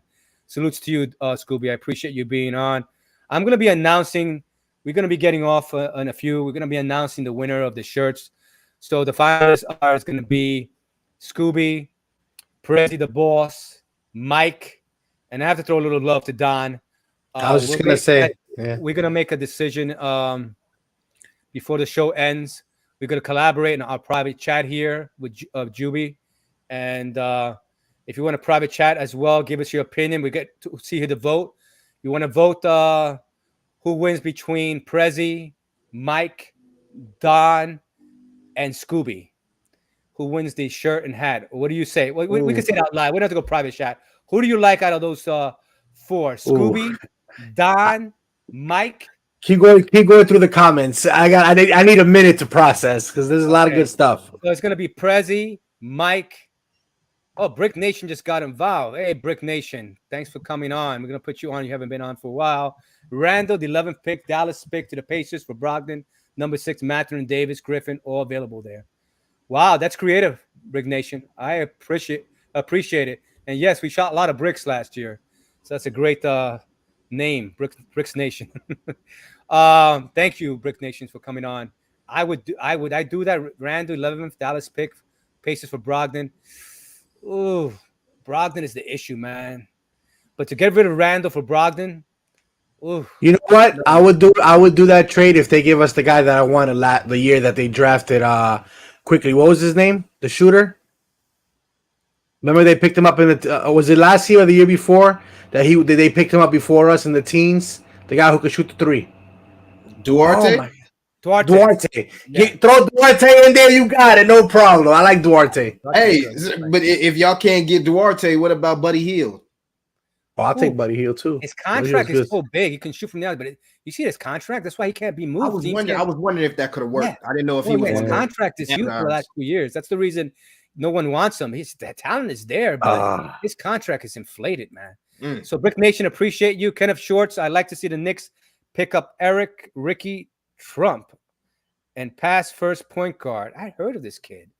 Who can take three? You gotta look that up. I never heard of Ricky Trump. I gotta look that up. I have to look that up. I heard that Trump. Okay, listen, guys, we're gonna end it here, guys. We appreciate all the comments, man. You guys were awesome. Now we're gonna go to Millie first.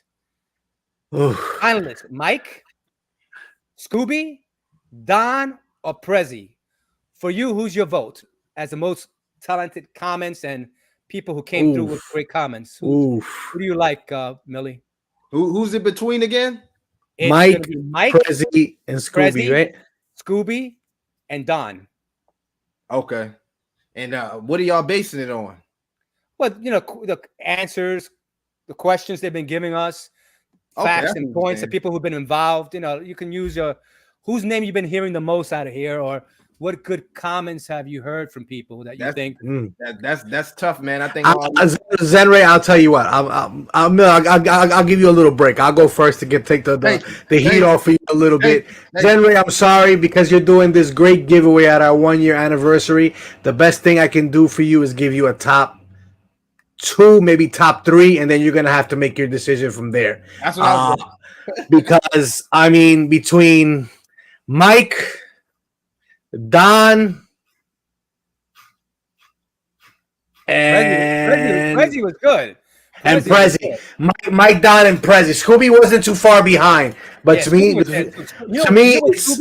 Scooby didn't have a lot of comments, but he came up with some good stuff. Good stuff. That's why it was hard. Yeah, he was good. He was good. But Mike, and Don were like in it, like there. So I'll leave that up to you guys. Mike or Prezi or Don? You were saying Don? Which one? You have to give me, guys. We have to end the show pretty soon. You have to make a decision. Come on, guys. Mike, Don, and Prezi. Those are the 3. So who do you want? Who's your final 2? Who's your final 2, Millie? I'll go with Don and Prezi. Okay. And how about you, Juby? Mike and Don for me. Mike and Don. So for me, it's between. I'm going to take you guys. I love Don. I love you. But for me, it was Mike and Prezi between you two. Okay, guys. Ooh. You guys are both great.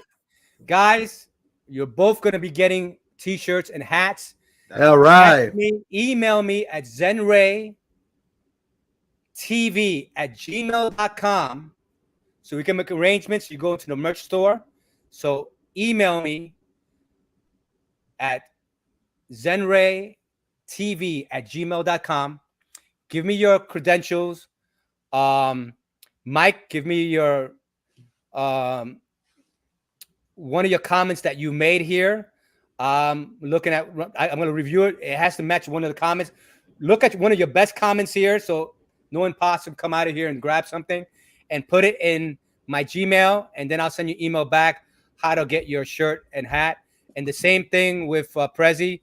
Pick one of the comments, copy and paste it, so I can look over the comments here and then evaluate that was you that made that's you that's sending me the email, and then we'll go from there. So send me that information.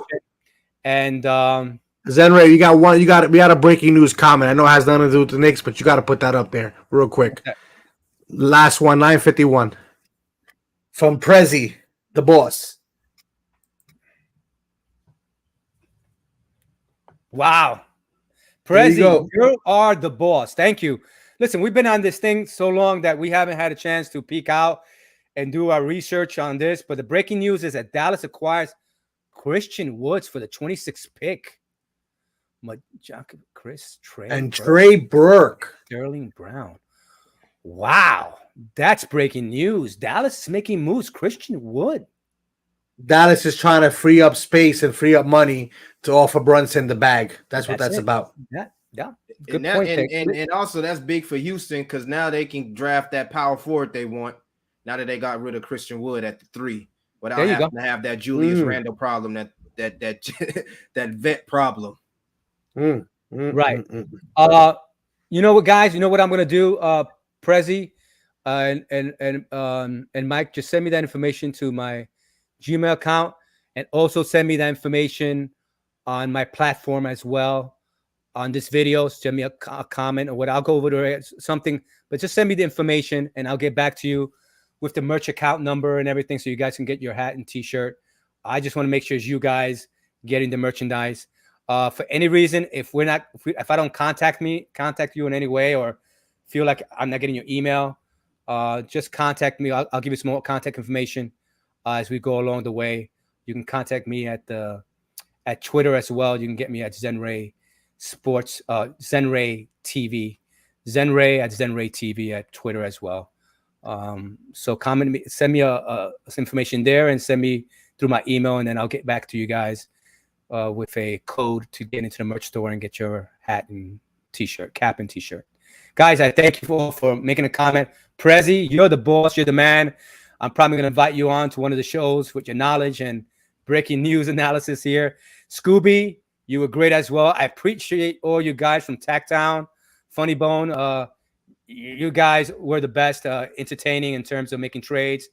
But we have to go. We've been on for 2 hours, almost 40 minutes. I want to thank everyone. Millie, God bless you, brother, for being on for 2.5. I got y'all, man. Appreciate you guys for having me, man. Appreciate it. You have to check out Millie at Soap Gods TV. The guy is talented. Listen, it's not financial advice, but if you want to learn about the cryptocurrency, he is the man to go to. You can catch Juby the Tubi on Family Above Everything. I'll leave a description for Juby and for Millie on my description page. So you can get in contact with him at anything possible from Soap Gods TV. Much love to you, Millie. Thank you. All love to you, Juby. And remember, guys, never give up. Never give up, knowing that the best is yet to come as long as you have love, peace, and gratitude. Guys, Zen Ray out. I appreciate you guys. Appreciate you guys. Thank you, man. Nice meeting you too, good brother. Nice meeting you too, brother. Yes, we'll talk, man. All right, good night, guys. Thank you.